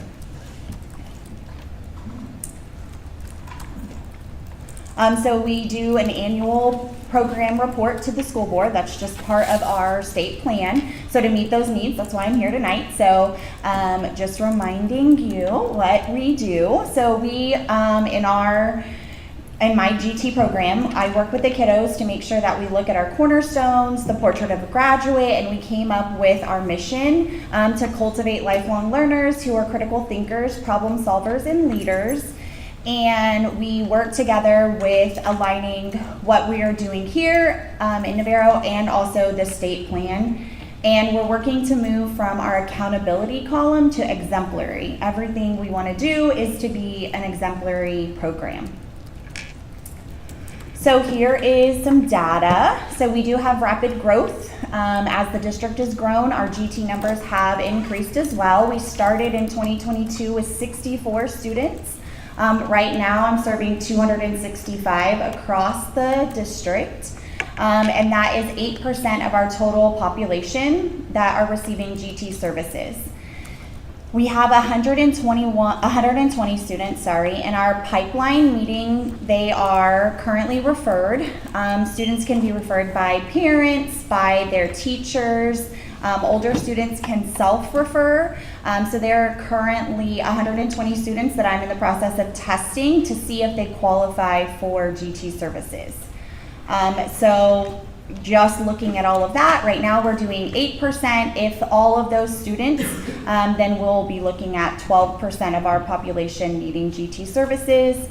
And just staying in tune with everything we're doing and always talking about the future as well. At this projection, we'll be serving 385 students in 2026. Any questions on that part? Okay, so one of the things that I'm really working on is making sure that we have a continuum of our GT program. And so what other fun way but to showcase our Panther and the different levels. So we worked together in our academic services team to come up with the Panther path.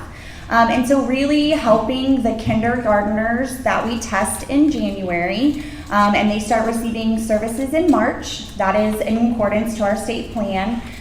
We really wanted to focus on kinder through second grade, really understanding what it means to be GT. A lot of the kids will be like, I don't remember testing, or I'm not sure, or even parents and teachers have some misconceptions about they have to be all A students. And so really, what does it mean to be gifted? And it's okay to be curious is what we work on. And then with onboarding new parents, we work on what does it mean to be a high achiever and what does it mean to be gifted and what are ways that they can help outside of the classroom, because giftedness exists even outside of the school walls. And so how can they support their students? And then as they grow, we really work on their individual strengths. That will be our junior Panther. And that is a pretty big age gap from 3rd grade through 8th grade. We'll be working on that and how their choices with CTE classes and their outside of school enrichment can really help just showcase their strengths. And then varsity Panthers are what we're working with to mirror that portrait of a graduate and have the professional presentations so that they can transfer those skills into the workplace. And then a partnership that we're hoping to grow through this continuum is Legacy Panthers. So adults who have been gifted in something, whether they're gifted musically or in theater arts or in construction or being an elections lawyer. And so really, what does that look like? How can you continue your giftedness once you've graduated? Because I've talked to plenty of people that say, oh, I was gifted when I was in elementary school, or I was gifted as a student, but they're still gifted, right? All of us in here are gifted in some way. That's why we take on all of these responsibilities and keep adding to our plates until they are overfilled. And so all of you, right, advocating for students and making all of these decisions is a way that you are using your talents. So we just want to showcase that and make sure that the GT is a continuum, and so that it's constantly working towards like their next developmental skills.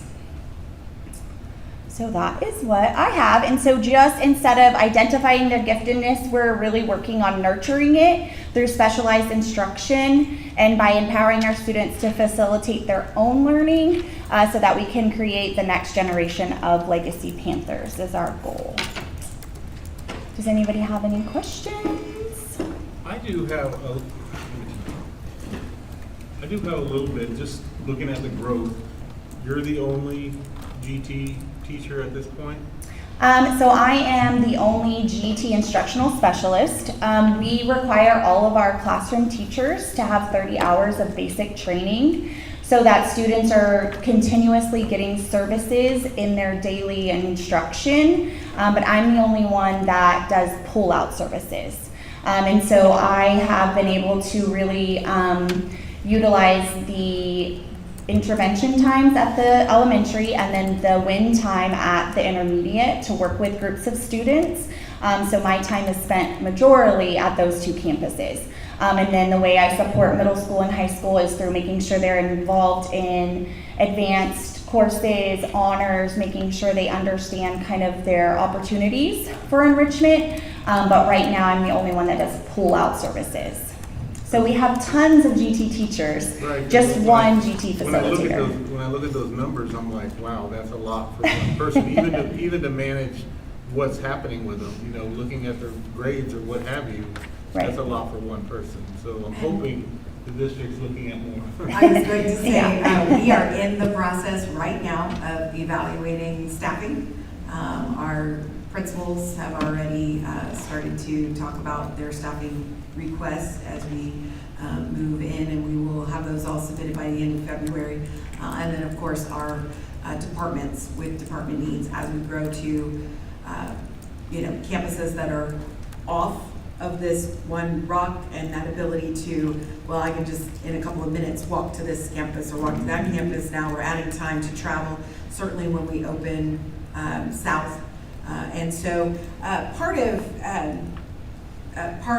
GT services, and I was previously over GT services in the district that I was in before I came here, is really understanding, one, a core training piece with teachers about GT instruction is good instruction. It's a level of questioning and inquiry that's good instruction for all kids. But being able to be aware and understanding specific things like twice exceptional students and really being able to help serve. So yes, the 30 hours and then the 6-hour updates that are required every year are important to help teachers interact daily with students, and not to feel that being GT means I have to be pulled out to have good instruction for me. I'm able to have my needs met and to be able to communicate about those needs in the classroom. The pull-out piece allows for some specific projects and addressing specific needs with students. And so we know that, as we grow, those numbers can't be supported solely by one facilitator. We also are looking into the development of that middle school age as we look at some of the surrounding districts and the opportunity for some local-based credits of passion projects. How do I connect my gifts to opportunities for research and opportunities for what I will have post-graduation?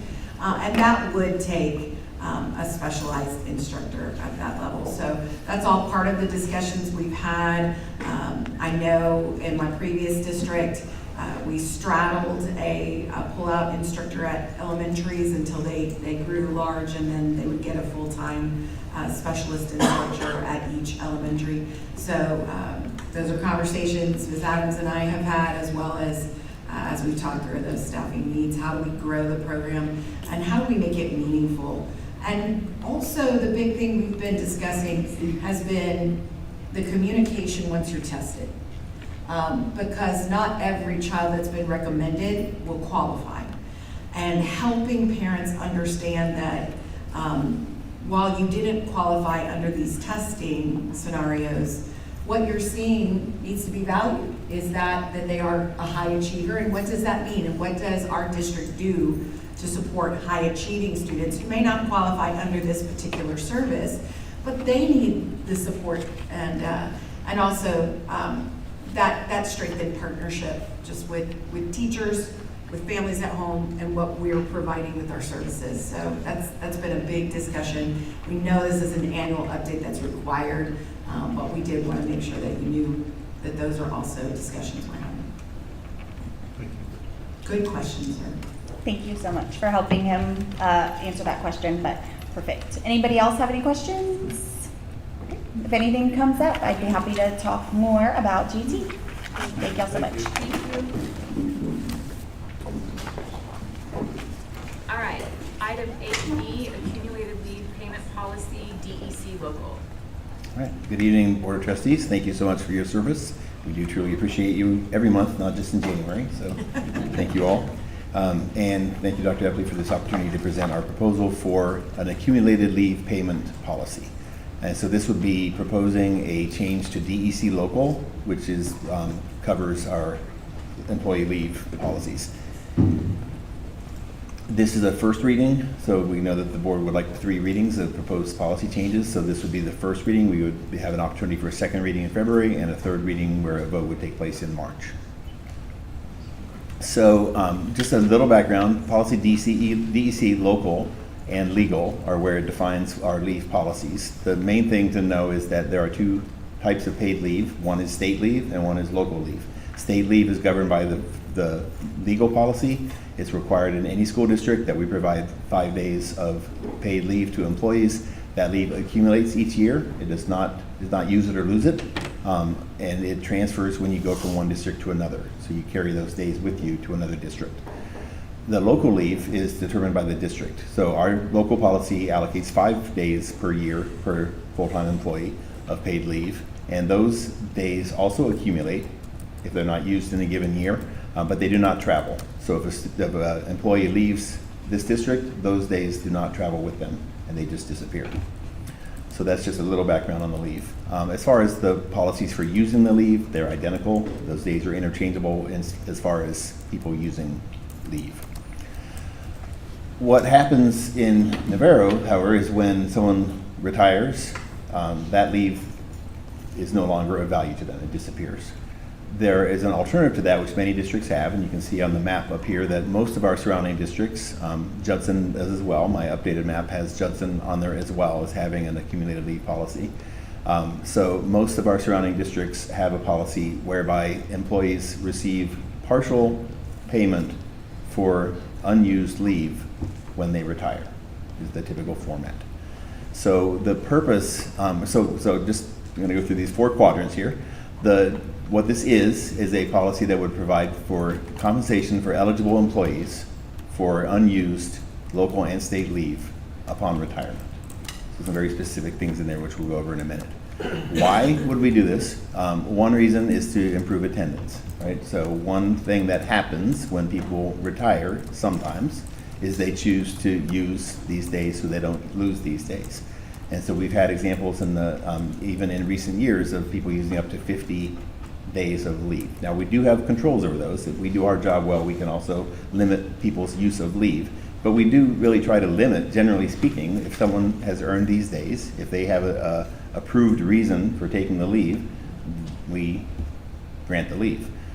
We do have provisions in our policies whereby if the leave provides an undue hardship for the school or if it creates a disadvantage to students, we can deny those leave requests. But that is challenging because it has to be done very fairly, it has to be done very consistently, and we're basically telling someone you cannot use this benefit that you have been provided. So it's something we have to be cautious with. So one reason that people use their leave in abundance that final year is because there is no value to it once they retire. And so this would provide some value to those days, which we would like to think would reduce the use of those days at that final year. Additionally, one of the provisions that we put into this proposed policy is that in order to get that benefit, people would have to have 95% attendance that final year before retirement. So we provided an additional incentive to use no more than 10 days that final year so that they could get this benefit.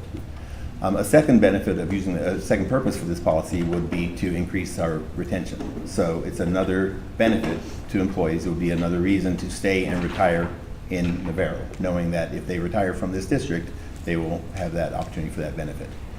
And then it's just, the third reason is we are always looking for additional benefits to provide our employees. Our employees work extremely hard, they're extremely valuable, they are the heart of the organization, and I don't believe any employee in our district is paid what they're worth, right? All of our employees really deserve more for the work and the time that they put into their work. The limitation there is the budget, and so we are always looking for relatively low-cost ways to provide a relatively highly valued benefit to our employees. So this is one thing that employees have asked about in the past. They don't tend to ask about it until the year they're retiring, but we do want to anticipate the value that this could provide to employees in the future. And so this would just give you one more benefit where people would know this is one more way I can get a little something more from the district. So there are, when you look through the various policies that exist in other districts, there are many variables included in this, and we had to do a lot of research and discussion to identify what the proposed variables would be for Navarro ISD.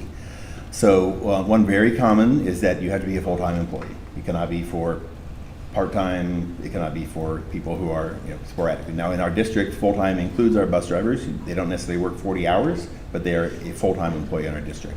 So we would include all full-time employees. They would need to retire through TRS, so it cannot be that they simply are resigning and moving to another district or into a different career. They would have to have earned the service credits to retire through the teacher retirement system. They would need to be employed in the district for at least the last 5 years. So this would not be something that you could just come into the district for your final year and then get that benefit. We're looking to reward people who've been here and stay in our district over time. And then finally, they would require a minimum, as I mentioned before, of 95% attendance in the final year before retirement. And that's really to just ensure, because there's a limitation on the number of days used, we would not want someone to say, I've got 100 days. I'm going to get paid out for 50 of them, so I can use 50 my final year. We wanted to understand that this is recognition of people who are using those days sparingly. So the specifics of the possible payout for employees would be up to 50 days of accrued leave. Now we have many employees who have 0 days of accrued leave for various reasons, but we also have an employee who has 170 accrued days. And so we are looking to cap this at an amount that would be generous, but not unlimited. So it would be predictable for budget purposes. So we would allow up to 50 days of unpaid state and or local leave to be paid out upon retirement. And then the amounts vary by district as well. There are some who pay as little as $50 a day. There are some who pay as much as the daily rate for that employee. And so what we are proposing is a set amount for contracted employees, licensed professional employees, and a different amount for our at-will employees who are paid hourly. So the proposed amount is $100 and $50, so that for each accrued day, that's how much an employee could get on their upon retirement. There are many factors that go into this. We did have conversations with our compensation task force. We've had conversations with our DILT, our district leadership team. We've talked to other districts and their human resources about how this works in their district or what the benefits are. And I go back again to it's a fairly common perk that we do not currently have. And so it's something that we recommend. Some other nitty-gritty details. This is not, it would not count towards their teacher retirement, so it would not be, teacher retirement benefits are paid out based on your top 5 salary years as an employee in the district. This would not contribute to that, so it would just be a kind of a flat payout from the district.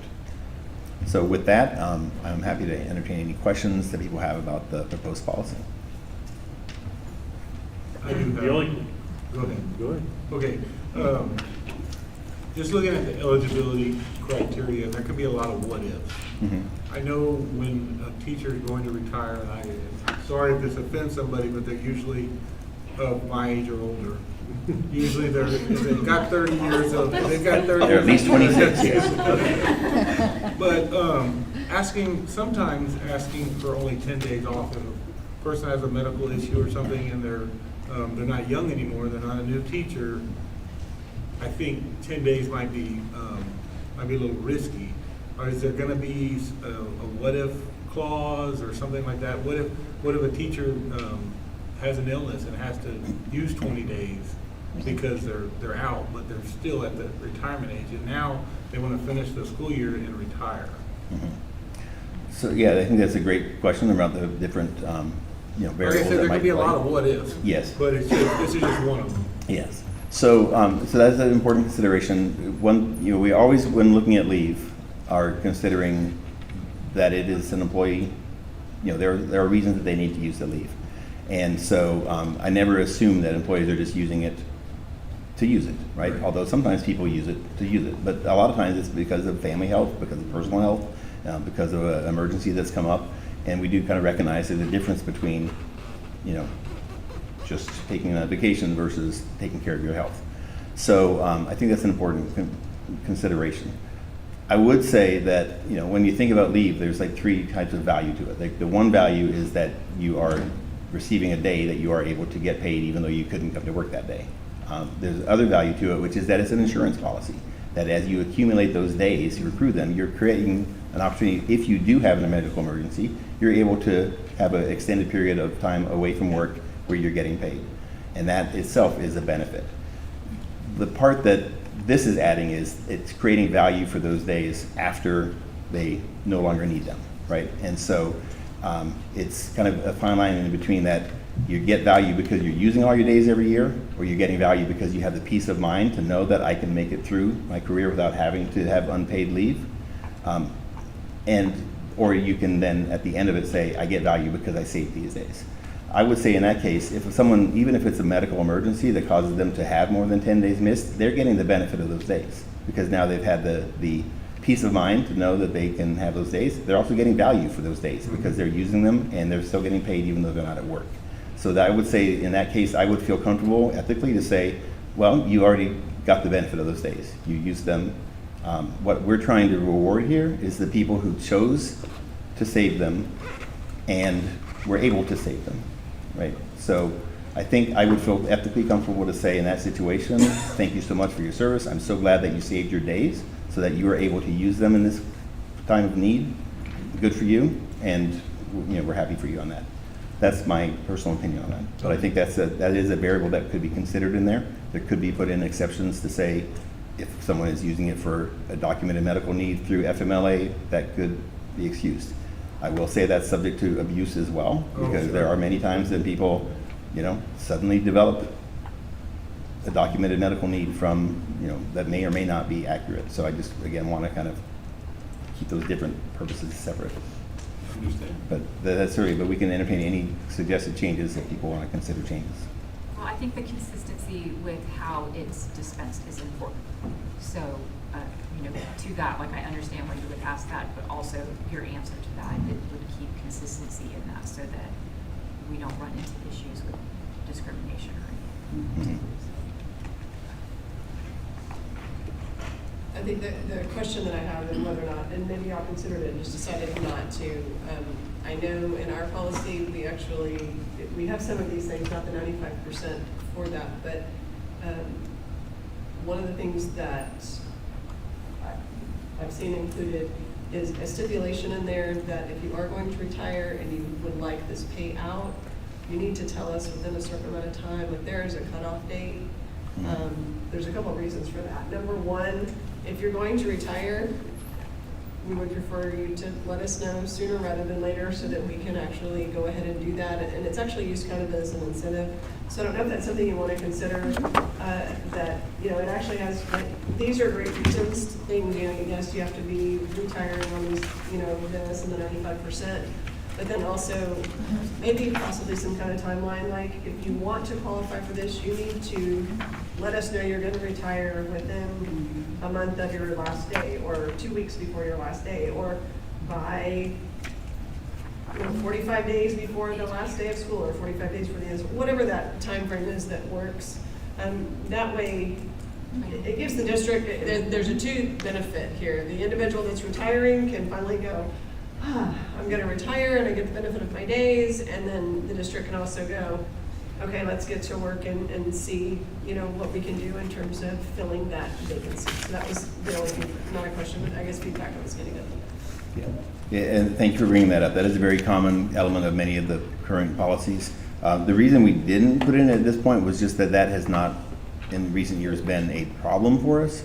But I think it's a safeguard that we could put in that would be beneficial. We do, there are,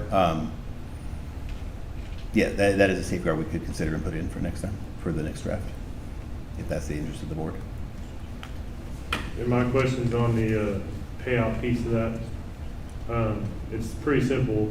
Does it need to be listed if that is going to be a check that is added to their last check, or is that going to be a separate check? And does that need to be part of the policy? I don't know the legality part of that, but does that need to be how that gets paid out? Because you have part of the how, but does the final how need to be there? I don't know. I think just for clarity's sake, I think we would want to put that into our administrative procedures and put that into our handbook where this is described so that people would understand, like, this is what you can expect, including that it's not part of your TRS highest salary, and clarifying. I do think that's, you know, I don't know the answer to that right now because I would have to ask our payroll department whether, what that would look like. And we haven't had that conversation yet. But I think clarity and making sure people know it. I have not seen those specifics in any of the draft policies, including any of the current policies, nor what TASB provided us as a draft. So I do not believe that would be legally required. But I think clarity and transparency for our employees would be very important. So thank you for bringing that up. But there is, it would tie into when they actually said they were retiring, because we can't give them a check after they've turned in their retirement papers. So it would either go in with that last check, or like as you said, we can do a separate check for that, because if you add that to that last check, it's going to really impact what income taxes are going to be taken out on that. Yeah, so, and I just didn't know if it needed to be part of the policy that we approve, or if the administrative pieces make sense. Yeah. And the at-will is hourly employees? So typically, our at-will is that they are not under contract, and the district or the employee can at any time choose to terminate the employment. So typically, that is hourly employees.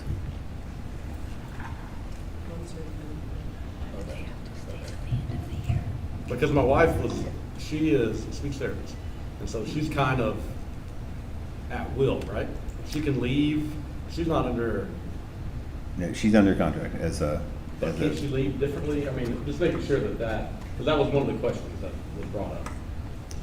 So she's under. So not specific to your spouse, but so any of our Chapter 21 employees, so those who are licensed as educators in the state of Texas, we are required to provide a contract, and that is the contract that I believe all of our speech language pathologists who are full-time are under. Okay.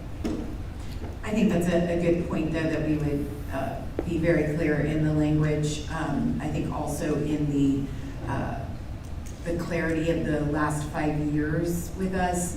I know in my previous district, we worked to clarify that because we had folks who worked for us, 2 years, went to another district for a year, came back, and were surprised when we said, no, it starts over again, right? So just making sure, I think you're definitely hitting on details that we want to be very clear and transparent. So if someone says, does that count if I retire in December, right? Versus, no, it only counts if you stay the whole year, or no, it counts at your retirement date, whether that's December or whether that's in June. So just the clarity of those pieces, I know we can work on in admin regs and make sure we bring that at the second reading of the policy so that everybody feels comfortable that everything is clear, because you definitely don't want it to be something that is confusing. And I think in our discussions, we've talked about our own experiences at other districts. I know that we had a very large payout for an employee who retired and then the next day reapplied to us and was given her job back. And that expense to the district, but she had literally followed all of the rules. And so just making sure that we are clear about how it works, and so everybody really understands. The one thing we can do is I can draft what would go into the handbook, and so that way we can see what the employees would be, seeing as far as communication. I think that would be helpful for the second reading. Any other discussion or question? I would like to add one more thing. In our compensation task force, which 2 of our board trustees were present at this meeting, the one item that was raised was whether we should be paying out for unused leave every year. And I mentioned at that meeting, there was one district that does currently do that. I did speak to that district, and they do that. They pay out their unused local leave every year. Speaking to them, that policy predated that person. They really weren't able to. They said, that's just the way we do it. We can't tell you what the impact or effect of that is because that's just what we do. But in conversation with our various stakeholders here in the district, we chose that we don't want to recommend that because we do not want we never want to encourage our employees to use their leave in a make it rate because we want them to save it up. We want them to be here for their kids. We want them to use it when they need it, according to our policies. And otherwise, we want them to save it up so that when they do have a medical emergency in the future, they have those days. And so we don't want to create a policy where we're making people use their leave instead of letting them accumulate it for their own safety. So that's where we chose not to use that strategy. Okay. With no further questions, I appreciate your input, and we will bring back a slightly revised policy with some additional information in February. Thank you. Okay, we are going to move on to action item 8C, Senate Bill 11 on the daily prayer time. Good evening, Board. So I'm now presenting on Senate Bill, on the district's response to Senate Bill 11, which was passed in the 89th legislature recently. It's given a 6-month window for from enactment of the law for districts to vote, for trustees to vote on whether or not to pass a resolution. I'll just read it specifically. That would designate time each school day for students and employees to pray and read the Bible or other religious texts. In the board considering this, what's required by law is that the board vote on, yea or nay, on a resolution that would require that. If the board were to vote on a resolution to require that, then there would be, the district would need to prepare a draft policy that would change two of our policies, one related to students' free expression of speech and another related to employees' expression of speech. That would then allow that to happen. The bill does not have specifics in terms of what that time to read the Bible or pray would look like, but it does have some very specific requirements around, it would create some very specific things around when would that take place? Would it be structured and led by an employee? What are the provisions for students to opt out? How would we ensure that no one's being coerced into participating if they chose not to? And so there would be many variables that would have to be sorted out. It's important to note that the current legal framework, it provides a clear and right for students and staff to engage in prayer or to read the Bible or any other religious text at school without any, we are not able to prohibit that at all. So students and staff already have an absolute right to pray or read the Bible in school. And so our recommendation, right, would be to continue to afford students that right, but not to create a whole new framework that would create additional complications around providing that. But that is simply our recommendation. The board has the full discretion to consider either pathway on this, and we will support that direction. I will note that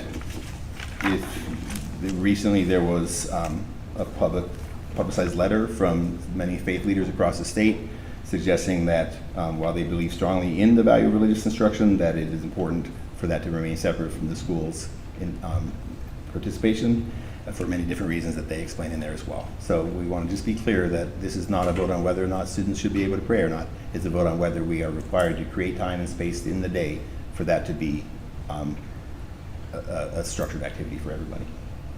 Any questions or comments or additional information from Dr. I did want to provide some additional information. I know the question has come up. Can you select the age range in which this policy would apply? Meaning, okay, we'll do that at the high school. That is not allowable under the legislation. If you adopt a policy and do a resolution to adopt a policy, it will pertain to every campus in the district and every age group in the district. So that is something I did want to make sure that everybody understood. So, I don't know if I heard it or not, what I've read. Would this have to happen in the current school day? Like, you can't extend the school day to do this? I mean, what's the law say on that? So I couldn't find that in one. consulting with the attorney today at the superintendent's meeting, he did say that you could create a before school period, like a 0 hour, that it took place. He also mentioned, and I think this is where you get into interpretations of lawyers, that it would have to be a private space, that they would be able to go. It's not like a moment of silence where everyone is present with each other, that students would need, and as well as staff would need to have a break of place that they could go, and those students who didn't want to be participating would need to have a space where they could be supervised. So that if that happened before school or after school, that would also require you to have staff to make sure you're supervising. Yes. And we are only getting one reading on it because we have to vote on it in February because it has to go into effect by the beginning of March because of the timetable with this. I just want to make sure everybody knows that because we just talked about having additional readings, but we're not able to do that because of the statutory timeframe. Does it say how many minutes you're supposed to? No, it only specifies a designated time each day. It does not specify how many minutes or when that day. And Dr. Epley has pointed out that there are districts that have designated a period, right? This is a class period. That is your Bible and prayer class period. That is not required that there be a period, but it's required that time be set aside. And I want to note about the reading as well. I want to say that this passed in the 89th legislature. It went into effect last fall, but we've been awaiting TASB guidance on it. And so rather than coming forth with what the resolution would read as, we were waiting for TASB to provide guidance, and they recently provided that, and we're bringing that to you at the earliest meeting after that. And I would say we are on par with the Region 20 superintendents today when asked, is anyone taking this, and had their election, everybody was saying that would be either this month or next month. And that is because of waiting for that guidance on what the resolution would need to say. I mean, I think that our teachers and students are already afforded the opportunity to be able to do that. One of the questions that I asked Dr. Epley when we were reviewing the agenda before it went out to everyone was that when we're onboarding new teachers or even at the beginning of the year, are we making sure that we're communicating to those teachers that if students want to pray on their own or read the Bible, that there's not any prohibition there? Like, are we making sure that our teachers know that? And that, I did receive that from Dr. Epley. That is something we're planning to add to our onboarding for our new employees and to add to our handbook. Currently, the handbook, which is structured after the TASB recommended handbook, does not have a section on this. I'm going to reach out to TASB about potentially adding a section on our standard thing, but certainly want to add that to our handbook because I do think that's a very important piece. While we know that there is, the students have the right, we want to ensure that all of our staff know that because I know that that is very important, particularly in this community, that students can bring their faith and express it freely at school. And so we don't want to create any kind of discomfort for students or for staff who are feeling like they have to, they misunderstand the rules. So yes, so we're going to add that in. Because of the culture of our community, I want to make sure that if we elect not to participate in this, that parents and students understand that they still have their right to be able to engage in prayer and Bible study, that we're not, just because we may not agree to this resolution doesn't mean we're taking away anything that's already afforded to them. Mm-hmm. Yes, and that extends to the Bible or to any other religious text that they choose so that people know that they are free to express their religion in our schools. I think it's important to say, because I know one of the things that was talked about today that I heard is one of the reasons that many of the clergy have actually spoken out against it, and this comes from all all different religions, not just Christianity and so on, is the fact that this bill is very restrictive. And in many cases, they feel like that by adopting this, it is creating more restrictions on the ability to pray. Even though you've designated a specific time, it still is more restrictive than what we have right now, because the way I understand it, you adopt this is when you can pray. The rest of the day, you cannot. Where the way we have it now, we have our moment of silence in the morning. Students who wish to pray may pray. We have, library time available. We have independent reading time available. I know sometimes when our students don't always act the way that they need to, oftentimes they hand them a Bible and the children read the Bible in those sessions. I've heard that many times. That is a student choice to do that.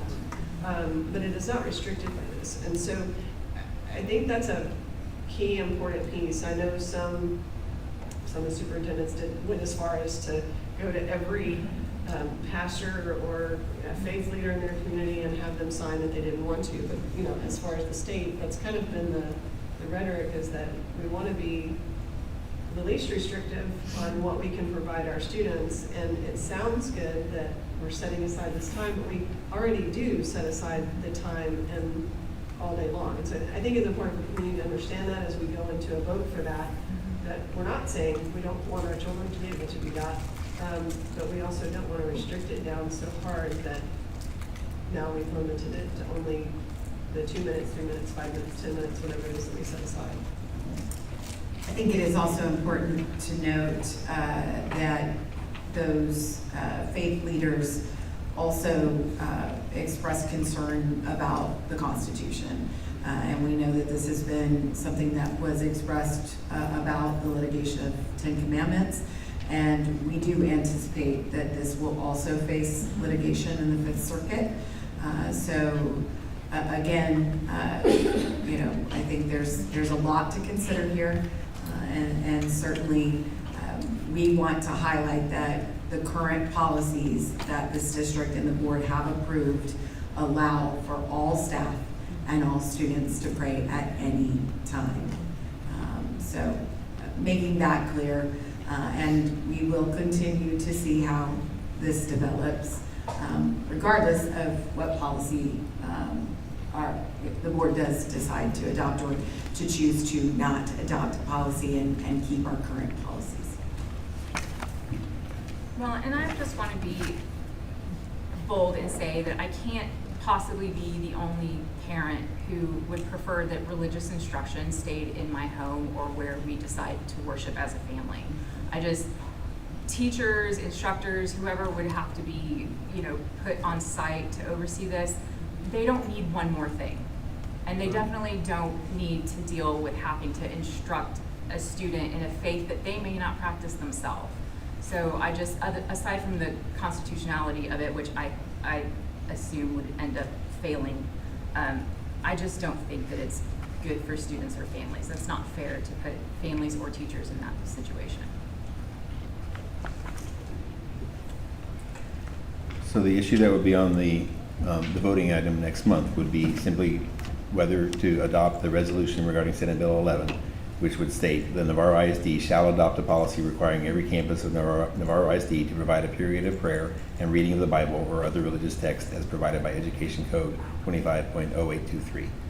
That is the extent of what you would be voting on in the meeting. And there'll be an opportunity for someone to make a motion to adopt that resolution, or there'll be an opportunity for someone to make a motion to choose to not adopt that resolution. And I do want to clarify as well, this does not mean that by not adopting the policy that now you're restricting an FCA organization or a Young Life organization or any of the student groups, community groups that participate in faith-based organizations. Those are allowable, and we would continue to allow that. Any further questions? Thank you for bringing that to us. Okay, item 9 is reports. Does anybody have any questions or discussion that they want to have about any of that? Okay, then we'll move into the consent agenda. any discussion that needs to be had about the items in the consent agenda? If there isn't any discussion, then I'll call for a motion. I move that we approve the consent agenda as presented. Okay. The motion is called by Lacey, second by Dan. All those in favor? Those in favor, Becky Stevenson, Clint Shive, Donna Gillum, Melissa Sartain, Lacey Dosh, Dan Reinhardt, and Joel Frederick. That motion is going to carry 7-0. Okay, and item 11 is going to be going into closed session pursuant to section 551.0714 and 551.074 of the Texas Government Code, consultation with the district's attorney concerning legal and procedural issues related to the termination of the probationary contract of Jesus Esquivel for good cause. Discussion and possible consult with the school district attorney regarding legal and factual issues surrounding whether good cause exists for a contract teacher's abandonment and possible sanctions for the same according to Texas Government Code 551.071 and 551.074. 11C, pursuant to the Texas Government Code, section 551.074, to discuss and consider the superintendent's formative evaluation based on the quarterly review of the superintendent and board goals. 11D, pursuant to Texas Government Code 551.074, to discuss the employment and resignation of professional personnel to include teachers and other professionals. 11E, pursuant to the Texas Government Code, section 551.072, to deliberate the purchase, exchange, lease, or value of real property. Any related action to these items will be taken in open session. The time is 8:11 p.m. and we will go into closed session.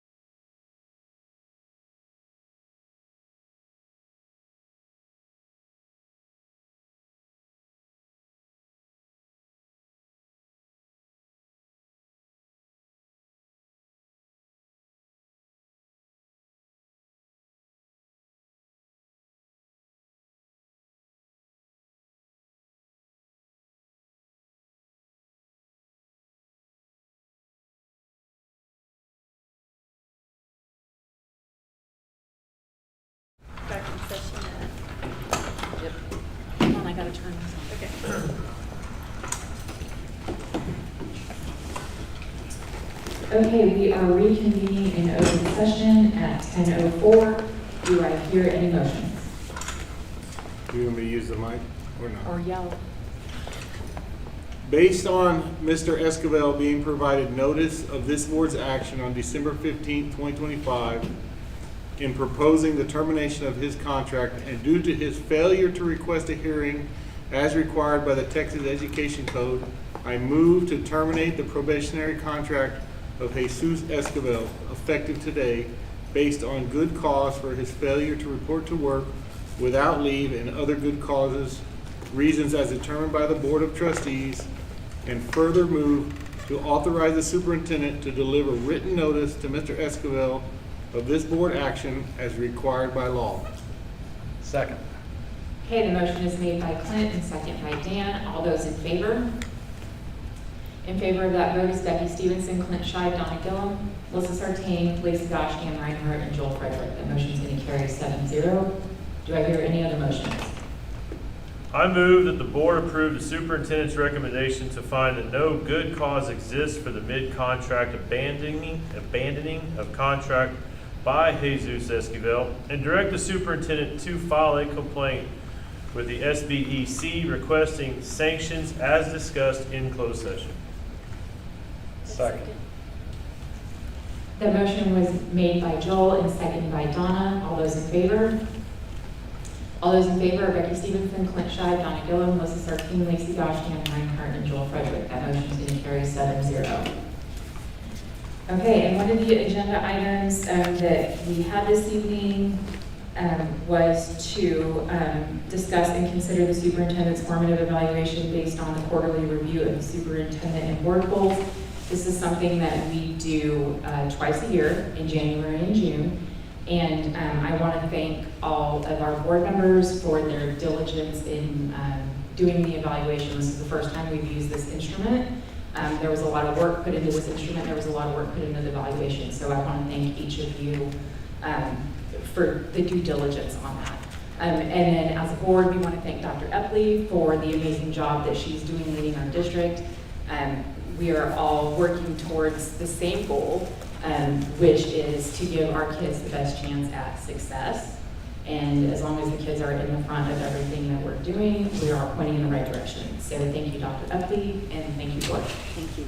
With that, we're going to close open session. Can I get a motion to dismiss? We don't do We're not doing that? Okay. Well, We don't do that. we don't do that. We're supposed to. The Robert's Rules of Order Yeah. cheat sheet she handed out last month says we do have to have a motion to adjourn, so I move. Then I move we adjourn. We are adjourned by motion by Lacey Gosh and second by Donna Gillum. And that is happening at 10:08 p.m.